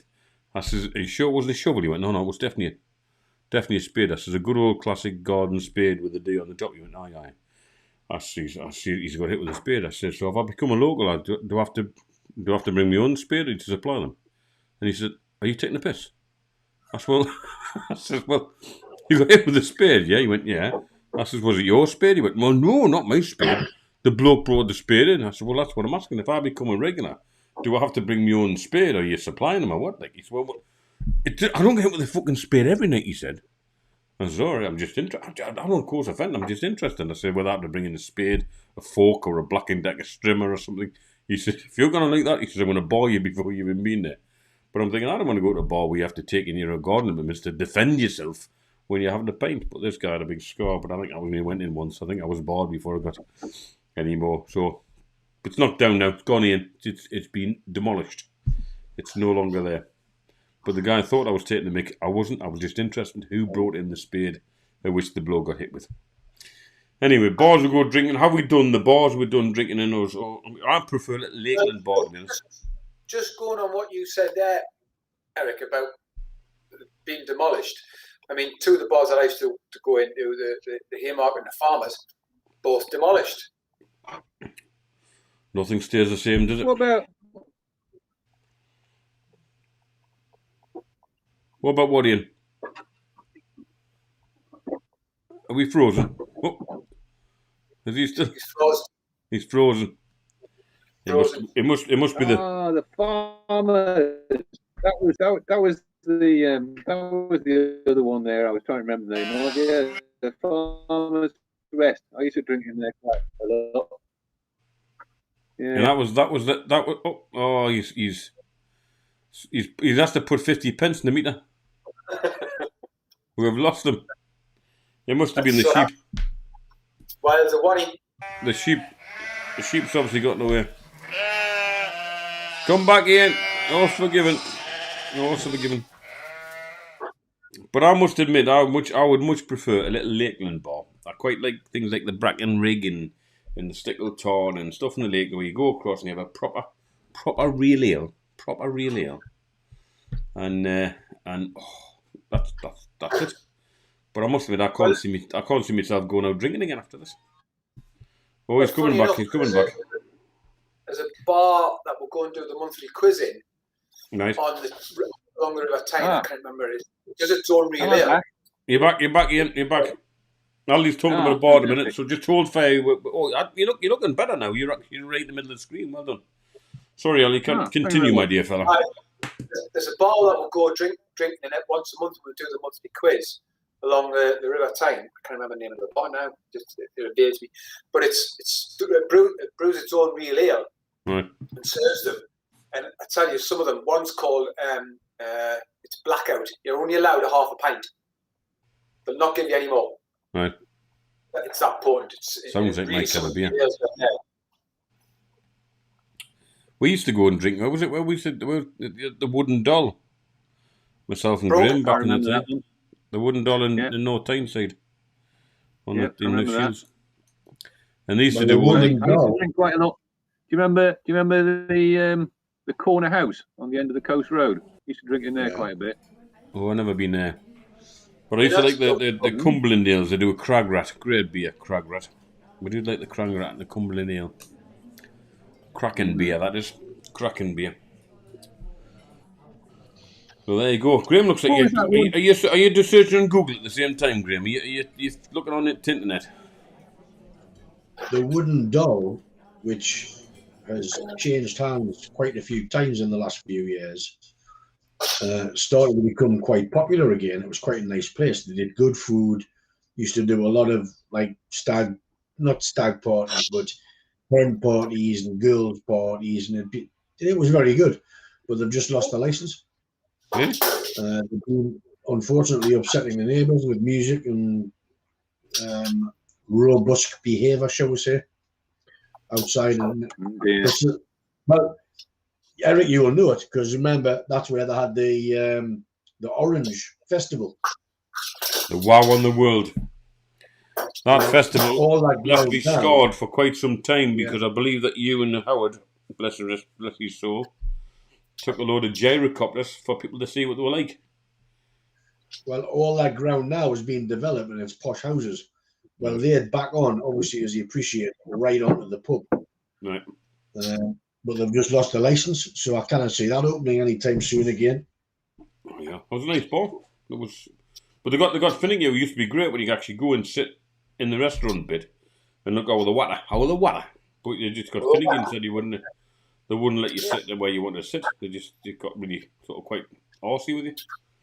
So just lost the whole ambience for me. I was somewhat upset by the whole ambience being lost. I thought, fuck you. I said, fuck the lot of you. I never went back. That's what I said. It's a good pub to get a table at when the Great North runs on. Because at the end of the Great North run, when the Red Arrows do the thing, they come down over the coast, over South Shields, and you get a proper headline display, sitting in there having your lunch. It's rather good. There you go. But I'll give me a little Lakeland bar anytime. Little Lakeland bar anytime I would suit it. So we'll put drinking to bed. Let's go on in, carry on. Before we go, hands up all those people that ever went drinking on the Tuxedo Princess. Yeah. With the revolving door. Oh, we're going to get another topic out. We're going to go. Yeah, we're going to another topic out. We're going to do. Oh, let's chuck this one out just for the hell of it. Let's just chuck this one out. We're going to do. Let's do. Just going to fit this one in. This is another one of yours, Ian. You seem to be the man of the moment when it comes to topics. We're going to be talking about. We're talking about modern materials. Modern materials in the outdoor world. So over to you, Mr. Ian. Well, I was just thinking. You do that regularly, don't you? I mean, you do a good job of thinking. I've noticed that about you. Well, indeed. What made me think about it was I was out today in the sea kayak, and here I am, February in the Highlands, middle of winter, and a few months ago I treated myself to a dry suit. I'd never had a dry suit before in my life. Treated myself to a dry suit. And I tell you what, this bit of kit is absolutely fantastic. I mean, no matter what the temperature is, you're just not cold in it. It's fab. And the best thing of all is, when you come back off the water, your underpants aren't wet. You can wear whatever you could be wearing a suit underneath it, and you could just zip it off, step out in your dinner jacket, and you look the full 9 yards. It's fantastic. But it just made me think how modern materials have revolutionised sort of any outdoorsy activities since we were kids. Because I can remember when I was a teenager sailing at Tynemouth Sailing Club in the winter, and I'd be wearing a pair of old trainers, a pair of old corduroy trousers, a thick cotton shirt, 2 woolly jumpers, and a cagoule over the top. And when you capsized and you fell in, the woolly jumpers would like stretch and they'd be down past your knees, and you'd weigh a ton. And that's just what you did, you know. And Yeah. and today, if you told some kids to go out doing some kind of like outdoor watery activity wearing that kind of kit, they just laugh at you today. It's just ludicrous. And it was the same with like climbing up hills, isn't it? You know, I mean, I've got a wee one-man tent now that packages down to a little parcel like that big, and I think it weighs like 1.5 kilograms or something. It's just ridiculous, you know, and you just don't notice it in your rucksack. And yet, when we were teenagers, I remember I used to use a Vango tent because it was like the cutting edge in those days, an orange Vango tent. Force 10 A-frame That's tent. the one. Yeah, and I think it had. Did it have aluminium or stainless steel poles? I can't remember. Stainless But steel. the whole caboodle, and it was all wrapped up. It weighed an absolute fucking ton, didn't it? 10 kilos. And it was like waterproof canvas, wasn't it? It wasn't sort of nylon or anything, fly sheet. So yeah, it was a heavy old lump of kit. And I remember when I got my first big. In fact, Graham will remember this because when I got my first big boat, big proper yacht. Do you remember Graham sailing it back to Newcastle from Dartmouth, where I bought this thing? And so we're talking like mid 1980s, but compared to now, it was still primitive gear. And my oilskins then were like there were orange PVC Helly Hansen waterproofs. So there was like no breathability or anything, or no insulation in them at all. They didn't like, you didn't have Velcro around your cuffs or around your neck or anything, so the water just went up your sleeves and down your neck. And you had these crappy wellies that your feet used to get freezing when you were on the night watches. I mean, it was just complete crap, the equipment that you had, but you just got on with it, because that was all there was those days. So you just carried on. But, in the last 20, 30 years, the kit has just changed so much. It's absolutely incredible. And it just makes your life that much more pleasant when you're in the outdoors, doesn't it? When sleeping bags is another one. The sleeping bag that I use now weighs nothing. It's warm as anything, even in the middle of winter. And when I think back to when we were kids, the sort of sleeping bags that we used to use, they completely filled your rucksack. They were fucking enormous things. Well, I know somebody made a comment here about going up Blencathra. Now, there's a proper name. See, Blencathra, the Victorians renamed it to Saddleback. And if you're going to call a mountain, Blencathra is the proper name for that mountain. And they remember going to Blencathra and trainers, you bad person, because I spent a lot of time working with the mountain rescue teams, and we don't allow people to go up and train us. But it's like people going up Nevis in bloody trainers when there could be a load of snow on the top. But I remember going to Nevis with a guy called Colin Campbell, who was a jock. And Gore-Tex had just come out. And we're going up on the train. And there was this young lad had never been up Nevis before, and we'd done it a few times, ice climbing and this, that and t'other. And Colin Campbell had his oil-proof, waterproof, and his big jumper. And the guy said, we're talking about the gear.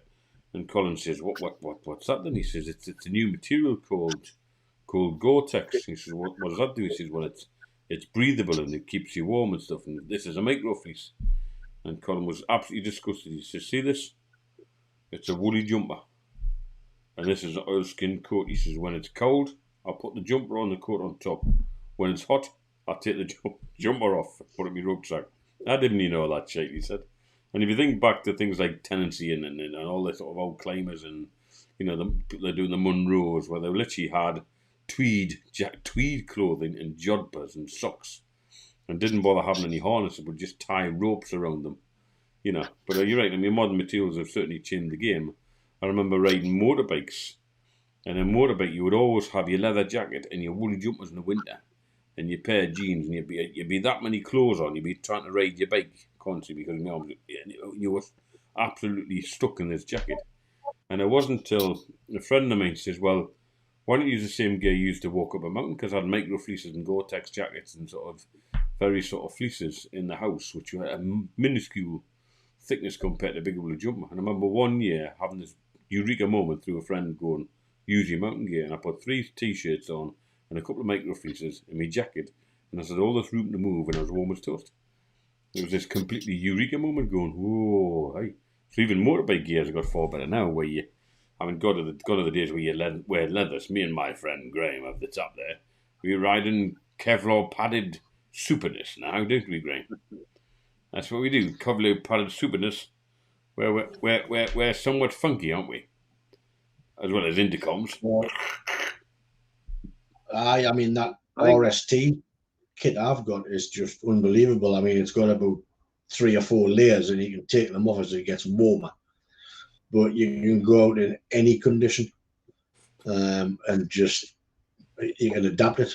But the zips have all got a little bit iffy on mine around the legs, because they've got zips here for airflow and zips here, and it's all highly technical. But good stuff. Good stuff. I think one of the best bits of kit that's appeared in recent years, in my opinion, is neoprene lined wellies.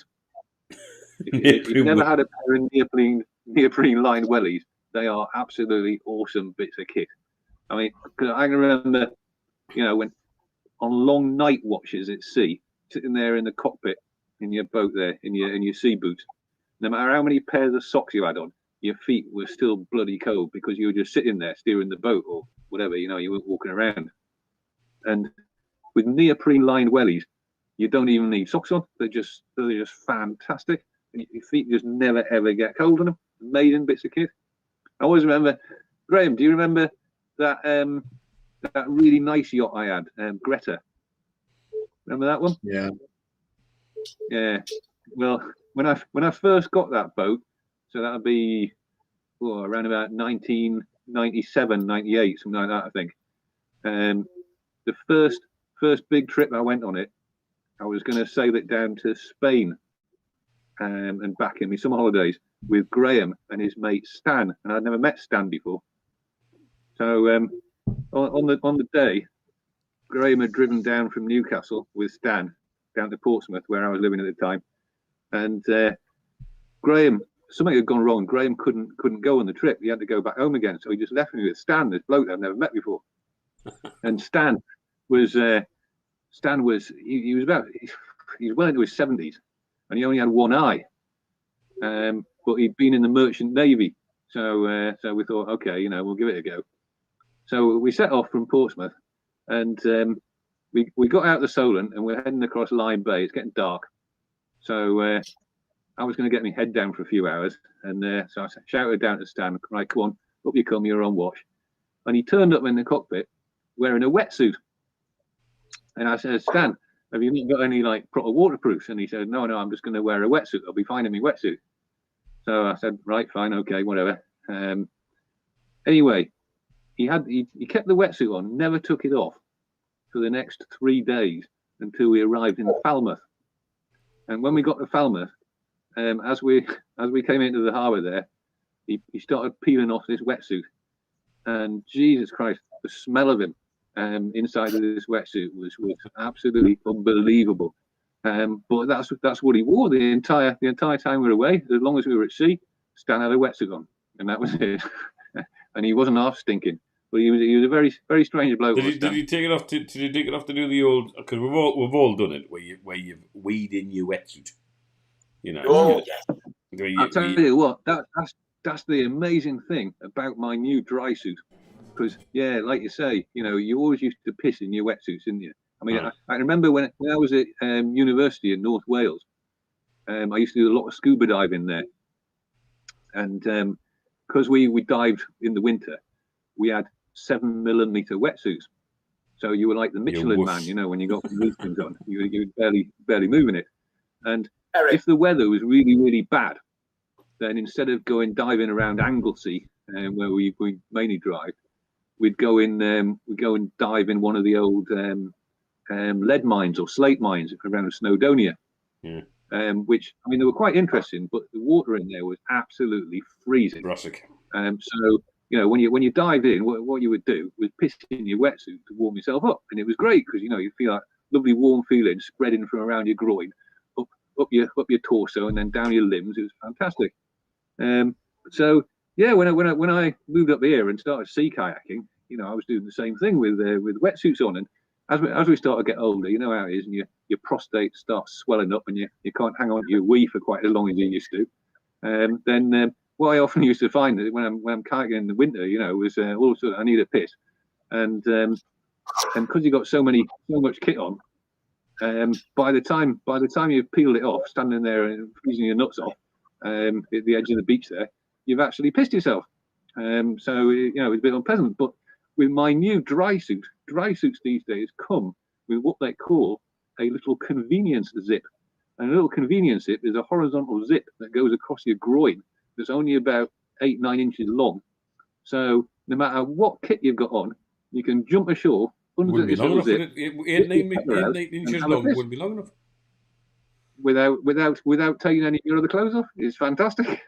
But is 8 inches long enough? It is for width wise, yeah. I mean, I'm only about... If the water's cold, Indeed. 8 inches is well long enough. I remember once taking a young gentleman called Terry, Canadian canoeing, and this guy was a learning disability service user I worked with, and he was 22 stone and blind. And we're trying to get this guy with a scouser called Contradictory Col. And we'll call him Contradictory Col because he could never make a statement and stick to it. He'd actually say, you'd make a statement and he'd go, say, what, it's been a canny day. It's not been a canny day, I've better days. In fact, no, I think the day before yesterday was better. We'd say, Colin, make a statement and stick to it for Christ's sake. But anyway, have you ever tried getting somebody 22 stone and blind into a Canadian canoe? It's an interesting task. So we thought, well, what we'll do, because we're on the side of Lake Ullswater, is because holding the boat next to the jetty means this bloke can't actually physically see the boat, so he might misstep in the wrong place and overbalance and he's in the water. So I thought, well, the only thing to do is actually put him in the front and seal launch the boat off the bank. So that was best plan. So I explained to this guy. He had a good sense of humour. A little bit, you know, not quite as compass mentis as most, but he, you know, had a good sense of humour, the kid. And I said, okay, what's going to happen, Terry? They're going to put you in this boat. You might feel it bounce a bit. You might get a bit of water in your face and we'll be off paddling.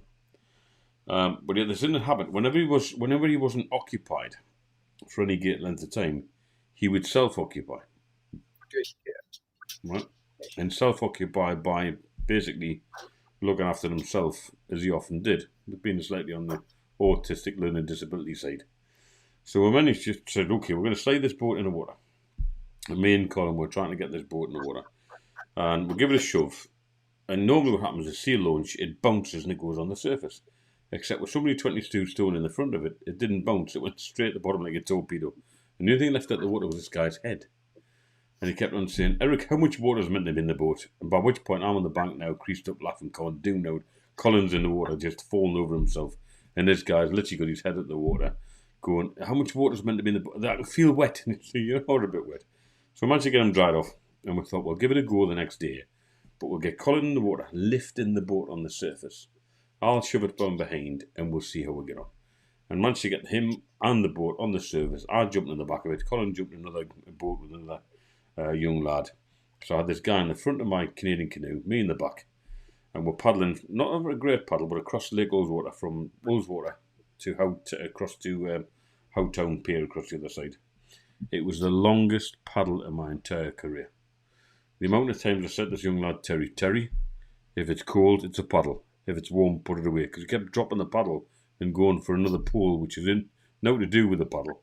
But I did find, because of the cold water, if you pick his paddle up and then splash his nether region, the ultimate effect it would have, where the thing would dissipate and you give him back the paddle. But it was a long paddle. But it was hilarious, saying, if it's cold, it's a paddle. If it's warm, put the bugger away, son. Because he would literally spend most of the time. It was the longest paddle I've ever had.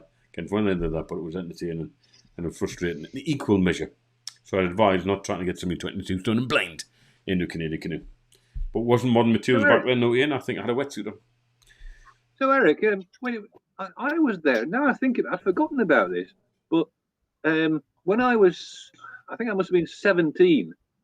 In the summer of that year, when I was 17, I worked that summer at the Ullswater Sailing School, which is based at Glenridding. All right. So, is that where you were? No, out at Bownell's Water, we were based, which is up by Watermilk. Oh, right. Yeah, I remember that. Yeah. So Yeah, it Watermilk, was we've good. got a It's big, good. we've got a I big old enjoyed house that at summer. Yeah. Watermilk. Do you remember? Do you remember the garden festival at Gateshead in 1990? I do indeed. Well, that's an interesting one because I got a job there as the water sports instructor.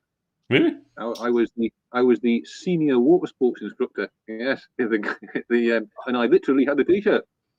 And Graham had. It was just after I got married.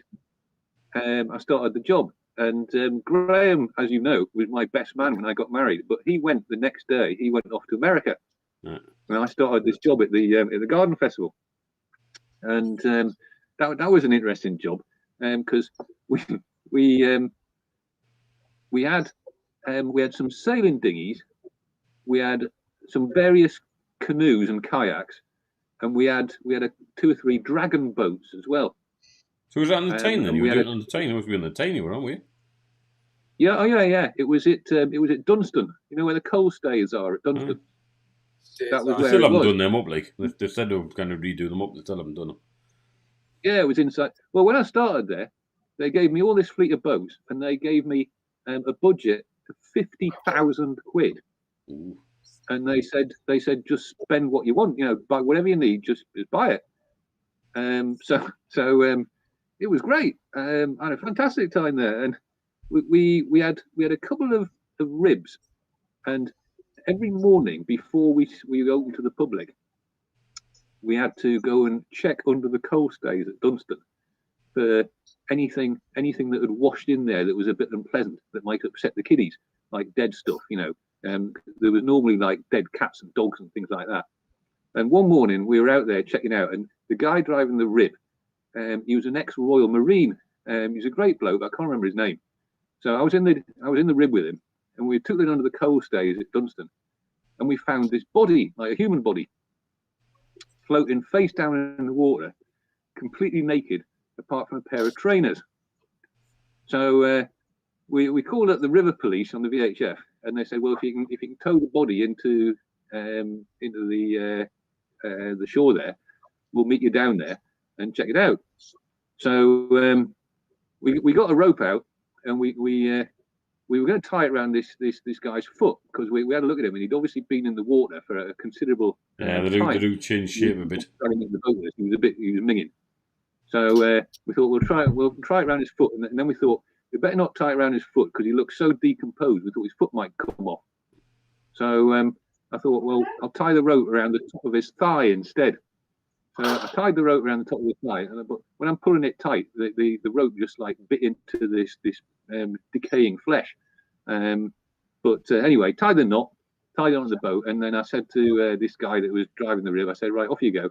And being an ex-Royal Marine, he only had two speeds. It was either not moving or full throttle, So he bangs the throttle open on this rib, and as we accelerated away, all the flesh on this guy's leg just peeled down to his foot like a sock, just leaving the naked bone and this big bundle of sort of white, disgusting flesh at the bottom there. So anyway, I managed to persuade him to slow down, and we toddled into the dock there at Dunstan. And when the river police came down, they gave us a really hard time about the state of the body. They said, "Oh, I was supposed to identify this. Bits had fallen off it as we towed it in. It was in the right state." But it turned out that the guy was some fella that what's the mental hospital in Newcastle called? Is it St Nicholas's or something? St Nicholas, yeah. He'd absconded from the mental hospital 3 weeks previously, and no one had seen him since. And anyway, that was him. So there he was, but you couldn't see his face or anything because the flesh had kind of like bloated all over him so much that his face was just a big blobby sort of mess, really. So it was hard to tell what he was. But yeah, we used to find some fairly unpleasant things under those coast days. We had some. I always remember as well. One day, we used to get a lot of disabled kids used to come down, both physically and mentally disabled. You can't And say, one day can't we- say that now. I mean, we're not politically incorrect. We just say special needs. You don't use the term mentally and physically disabled Don't anymore. start with that with me, Eric. That's a bit Do not old start hat that now. with me. You just say learning disabilities. You don't say mental and physically handicapped. It's a bit of a change now. You know, that's All right. about the only time we're going to do it. Political correctness. Please continue. But I remember, so they turned up this day, and there was I think that there was about 20 to 30 of them. Of them people, them there strangely was- baggers. Anyway, there were far more than I was expecting, and the weather had really deteriorated this day as well, and it was blowing up the Tyne there, wind over tide, and you know how on the Tyne when it's wind over tide really strong, you get these really steep waves. So I had all these disabled kids there, and I forget why, but on this particular day we had quite a few of our instructors missing, so we were a bit short-staffed. And I thought, what the bloody hell am I going to do with all these disabled kids now? And I thought, well, the only thing I can do with them is stick them in the dragon boats, because you know, that's the only thing that we could mop up that kind of number with. So we got 2 dragon boats out, and we got all these kids bunged into these dragon boats with their life jackets on, and they had paddled out from the coast there, out in the river there, and they're paddling down the river. And I got this message on the VHF radio from one of the young instructors. He's called Glyn, I think his name was, and he says, Ian, I'm really worried out here. I think it's like, you know, it's really rough. What am I going to do? So I said, well, if you're really worried, just turn around and come back. And now, in hindsight, that wasn't the wisest thing to say to him, because obviously to turn around and come back, you had to turn broadside on to these bloody enormous waves that were coming up the tide. So Communication's the dragon boats turned broadside on. As soon as they got broadside on, both of them went over at the same time. So we had 25 or 30 of these these mentally handicapped kids bobbing about in the Tyne. And so I was absolutely shitting myself, because I thought, you know, you can see newspaper headlines here, and this is going to be a complete and utter disaster. So we jumped into the ribs. I distinctly remember one of them wouldn't start. We're banging away on this outboard, and it just wouldn't fire. So we only had one rib. Anyway, we went out to the Tyne there, and we did manage to get them all picked up, and we got them all in. So the disaster was averted. And you know, I've never been so relieved. But I'll tell you what, all these kids, they thought it was absolutely fantastic. It was like the best day of their lives. They couldn't stop talking about it, because I think you know, being mentally handicapped, they're disabled. Do apologise, friends. They kind of live in this little overprotective bubble, don't they? Yeah, and they never get to have any real adventures. And then on this day, they had, for the first time in their lives, they had a real adventure, and it was like a really major adventure, and they absolutely loved it. Never stopped talking about it. Being drawn by you. From the same place. I can't remember what the place was, but I remember we got a whole load of repeat bookings for it, which really surprised me, because you know, the margin there between them being between coming out of that alive or dead was fairly narrow. But well, I remember when back in the day when we used to work in outdoor education, we've had a few near misses, as you do. But when we used to work with the kids in the school used to work with, one of our wonderful activities was to go. I shouldn't tell you this live on what, because somebody may be watching from this. But anyway, basically, we used to take these kids, and there was a little mill pond at the back of the school we used to work. I won't mention where it was, so I don't get in trouble for it. And the kids said, "Can we build dams?" And building dams is something you do with kids. You build a bit of a dam. And this mill pond, it was only about 4 foot wide, this stream, but it had very high sides to it, because occasionally it would flood. So we started to build this little dam with the kids, as you do. A few bricks, logs, sticks, whatever. And this dam got about 4 foot, 5 foot high. And what we didn't realise was the more we built this dam over a period of 3 or 4 hours, the more water backed up behind it, to the point where you're probably looking at quite a few gallons of water built up over quite a large landscape. Because normally the water is about, you know, just lapping the trees, but it was actually somewhere like 3/4 up where some of the trees, it just had gone stupid, backed up on this particular lake. And there's a little lad called Jamie I was working with at the time. He was actually standing below the dam, filling bits of the holes that were, you know, springing out with clay. And he was going, oh, there's another hole, I'll fill that one, another hole, I'll fill that one, another hole, I'll fill that one. And I would stand next to him, just filling these holes and smoothing the clay. We'd done quite an effective dam. Anyway, it wasn't until I'd climbed up on the embankment and looked down at it. The dam was straight. By the time we'd actually got up on the bank and looked at it, it had bowed somewhat significantly. So the dam had literally got a huge bow to it. And this little lad, Jamie, is trying to fill in holes, and I'm thinking, this thing is gonna gun at any time. And I said, Jamie, you need to get yourself out there, son. He said, but I just want to fill this gap. I said, you need to get out there, son. You need to get out now. But I need to get out there now.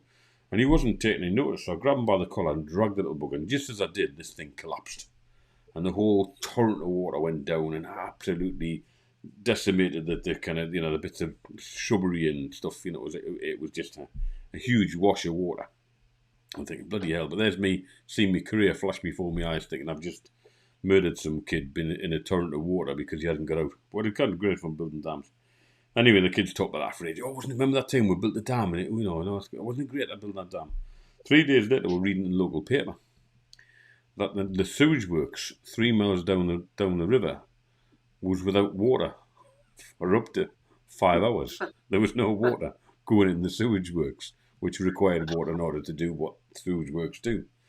And there was a bit of a sort of a mystery as to why this water hadn't gone to the local sewage works for quite some time. And then they had an issue was there was a deluge of water which they weren't expecting, because obviously they opened up all the floodgates to get whatever dribble of water is coming through from this stream to then be deluged by lots of water, which caused significant damage to the sewage work apparently.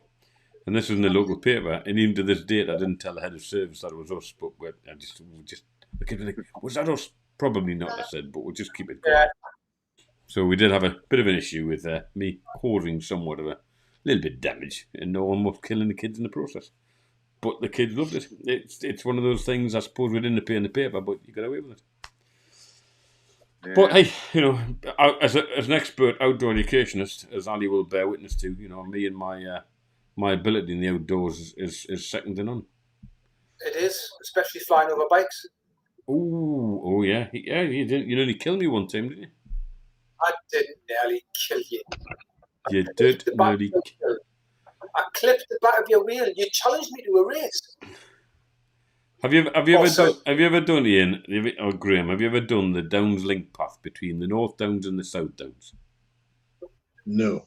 It's a lovely path. We were doing the Downs link path. I've never heard of that. I know the South Downs way and the North Downs way. I'm very familiar with.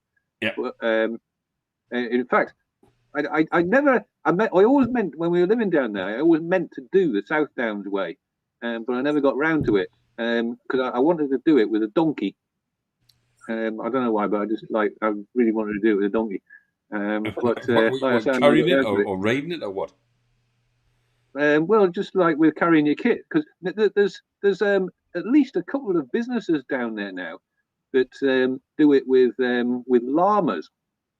You can hire a llama to do the South Downs way with like saddlebags and things on it, or those other things that are like llamas. What are they called? Alpacas. Same as a llama. Alpaca.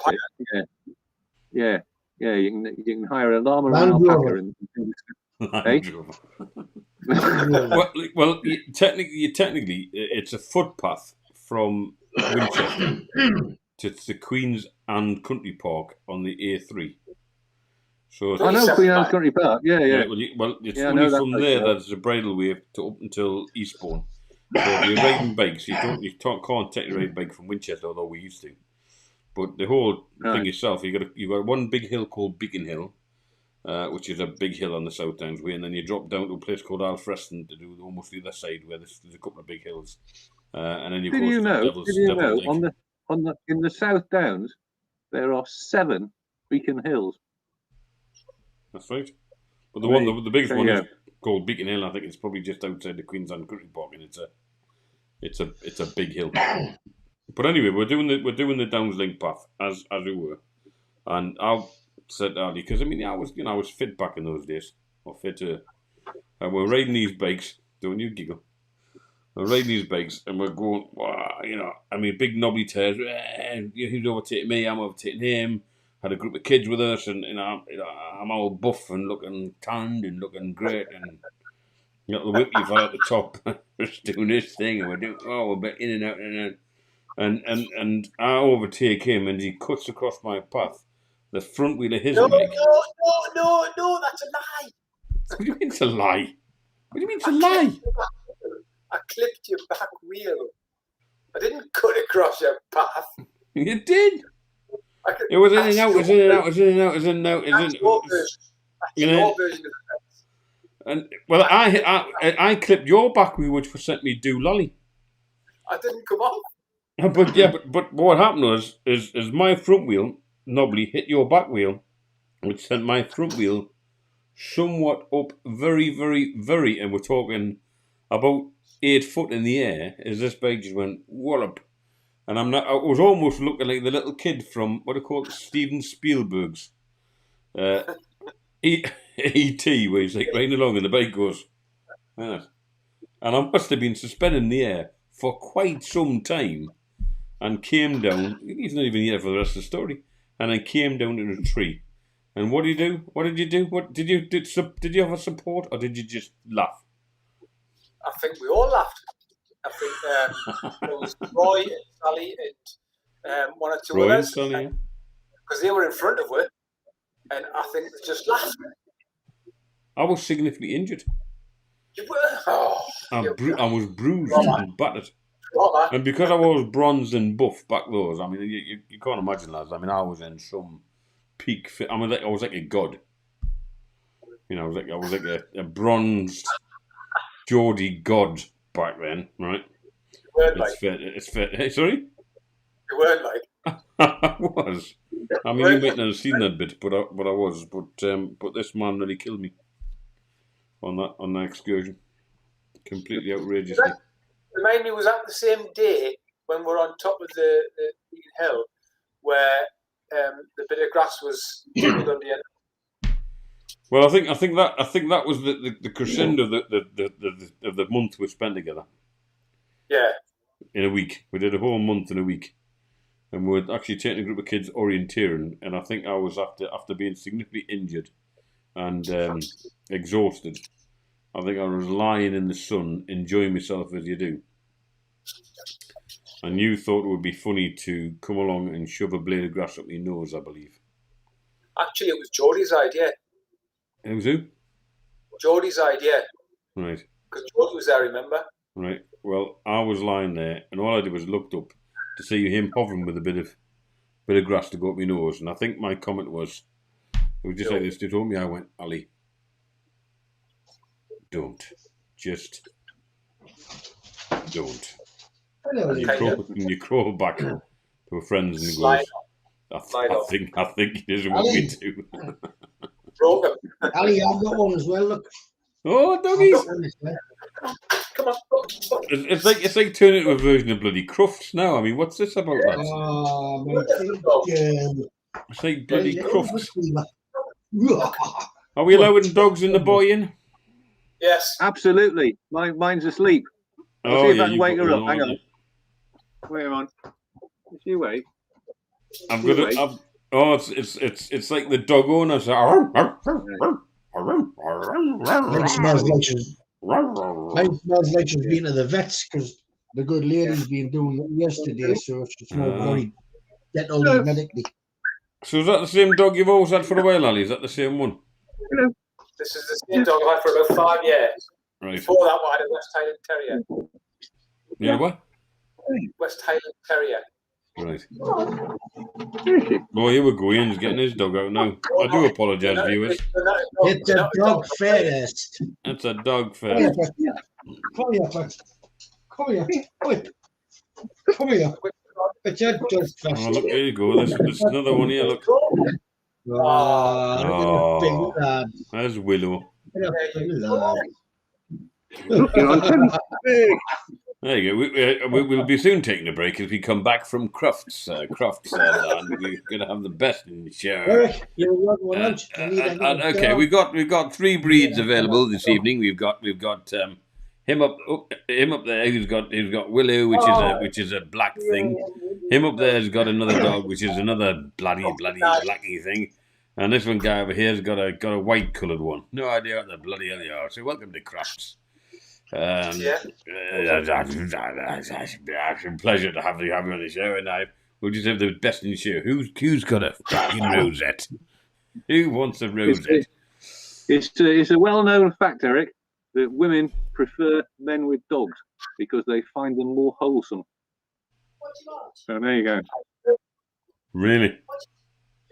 Yeah. If you're a single bloke, if you're a single fella, seriously, get a dog, because the amount of people that will talk to each other when you've got a dog, and especially young ladies, Yeah. if you've got a cute dog, it's a good talking point. You're sorted. But Yeah. do we now need, in the current pandemic, a longer leash? What? Do you need a longer leash? But you've Dogs got those don't get tractable COVID. ones. Well, because it's a 2 meters now, isn't it? 2 meters. So if you're going to start talking to these ladies, you've got to be 2 meters apart. So if you have the leash 2 meters, it means they can still pat your dog, and you can still stay within the COVID regulations. It's a retractable lead. Well, yours might be, but how far does it go? Is it 2 meters? No, at least 10. 10 minutes.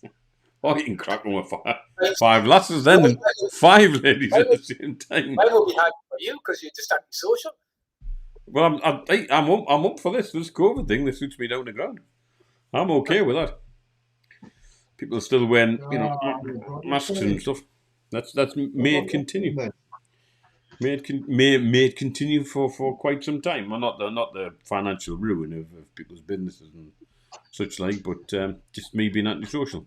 I'm going to get a T-shirt made up. In fact, Graham and I did it. Obviously, if those haven't viewers out there have not seen the Geordie Bike Tours video, our first video, go across to our Geordie Bike Tours channel. Let's look at our Geordie Bike Tours video, which me and Graham did. And Ian stars in that video too. Point in the wrong direction. Ian over here. In fact, is that the one where we're all naked? Oh, don't mention that. Yeah. All naked. We are all naked. In your lock. Yeah. So we'll stick a little link on that below here once this goes onto YouTube of the Geordie Bike Tours. Myself, Graham, Ian, naked. That must have been the hottest day in history in Scotland, was it? It was 30 degrees, remember? Well, the lake was about 22. Well, if I remember, it was also blowing about 50 miles an hour as well when we were in that lock. Because it was actually warmer when we were in the water than it was coming out of it. Yeah, it did play havoc with my microphone. We needed to cover the microphone as I was bloody awful. It was an incredibly warm day, which is unheard of, and there was no midgy fests or anything like that. It was just a great day. Well, we should tell the story at some point about when you and I, Graham, went to this chap up here, Ian's place down. Where was it? Hampshire. You were, Ian? Is that correct? That is correct. And we turn up with a Sprinter van, and you went, "How much of that stuff will get in here?" And I went, "Well, that's a shipping container, of which you can get probably 3 of these vans in it. So we're not going to get all of it in." But we did quite well to get as much stuff in that van as we got in it. And that was a long trip. 1 o'clock we left there, and we didn't get to Tongue until 3 o'clock the next day. It was a 765 miles door to door. 106, is that it? 165? 765. Oh, 765. All right, I was going to say, because it seemed a bit longer than that. 765 door to door. Bloody good vans, Sprinters, mate, and we like vans. Oh, that was a bit of kit, that. You can even get them airborne. We did physically have that van airborne on the way back, didn't we? Well, we did. I wanted to get home, didn't I? So, I think it was like, I think you called me Colin McRae a few times. You went, "What's this, like a rally driver?"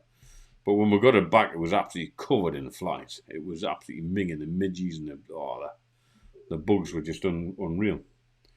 But you should dig out some photographs here when your house, when you first moved up there, and you moved into that, and me and Graham got there and went, "Really?"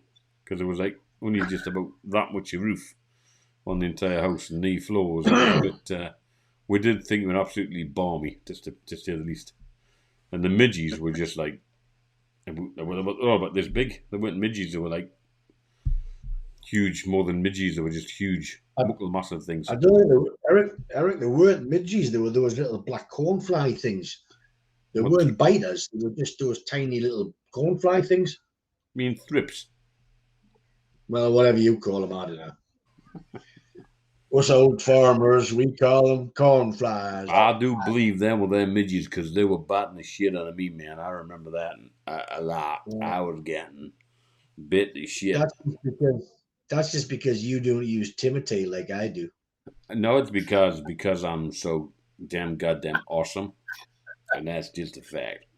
That's just a fact. Eric, you're gonna have to ring the bell for time because I've run out of beer.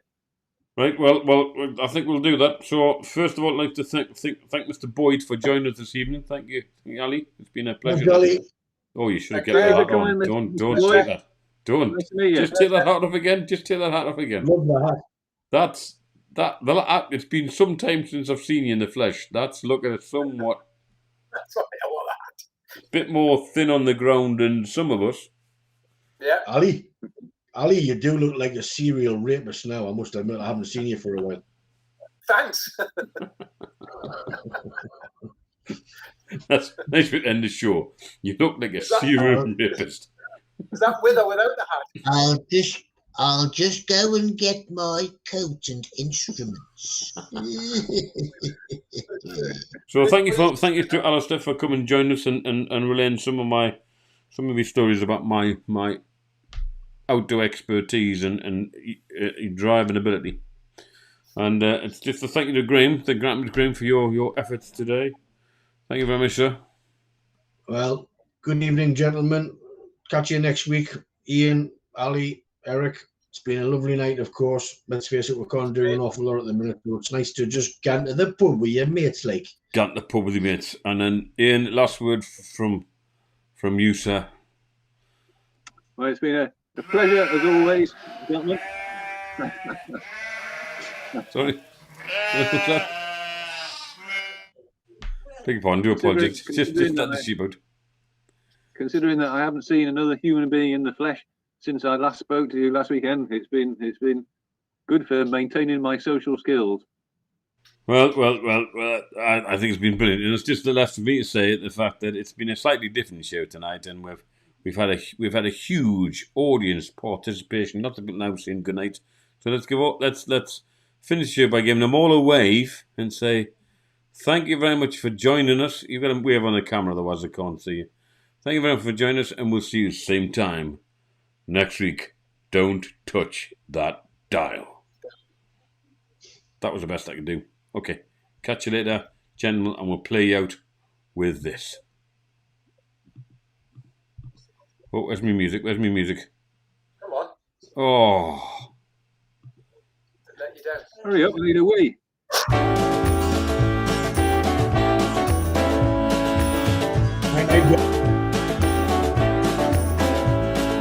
Past the point of no return, baby, on the summer night. The shot of love and the spark of laughter breathe. The stars align and the month times night burn like a dried out leaf. Are we leaving on the next string beat?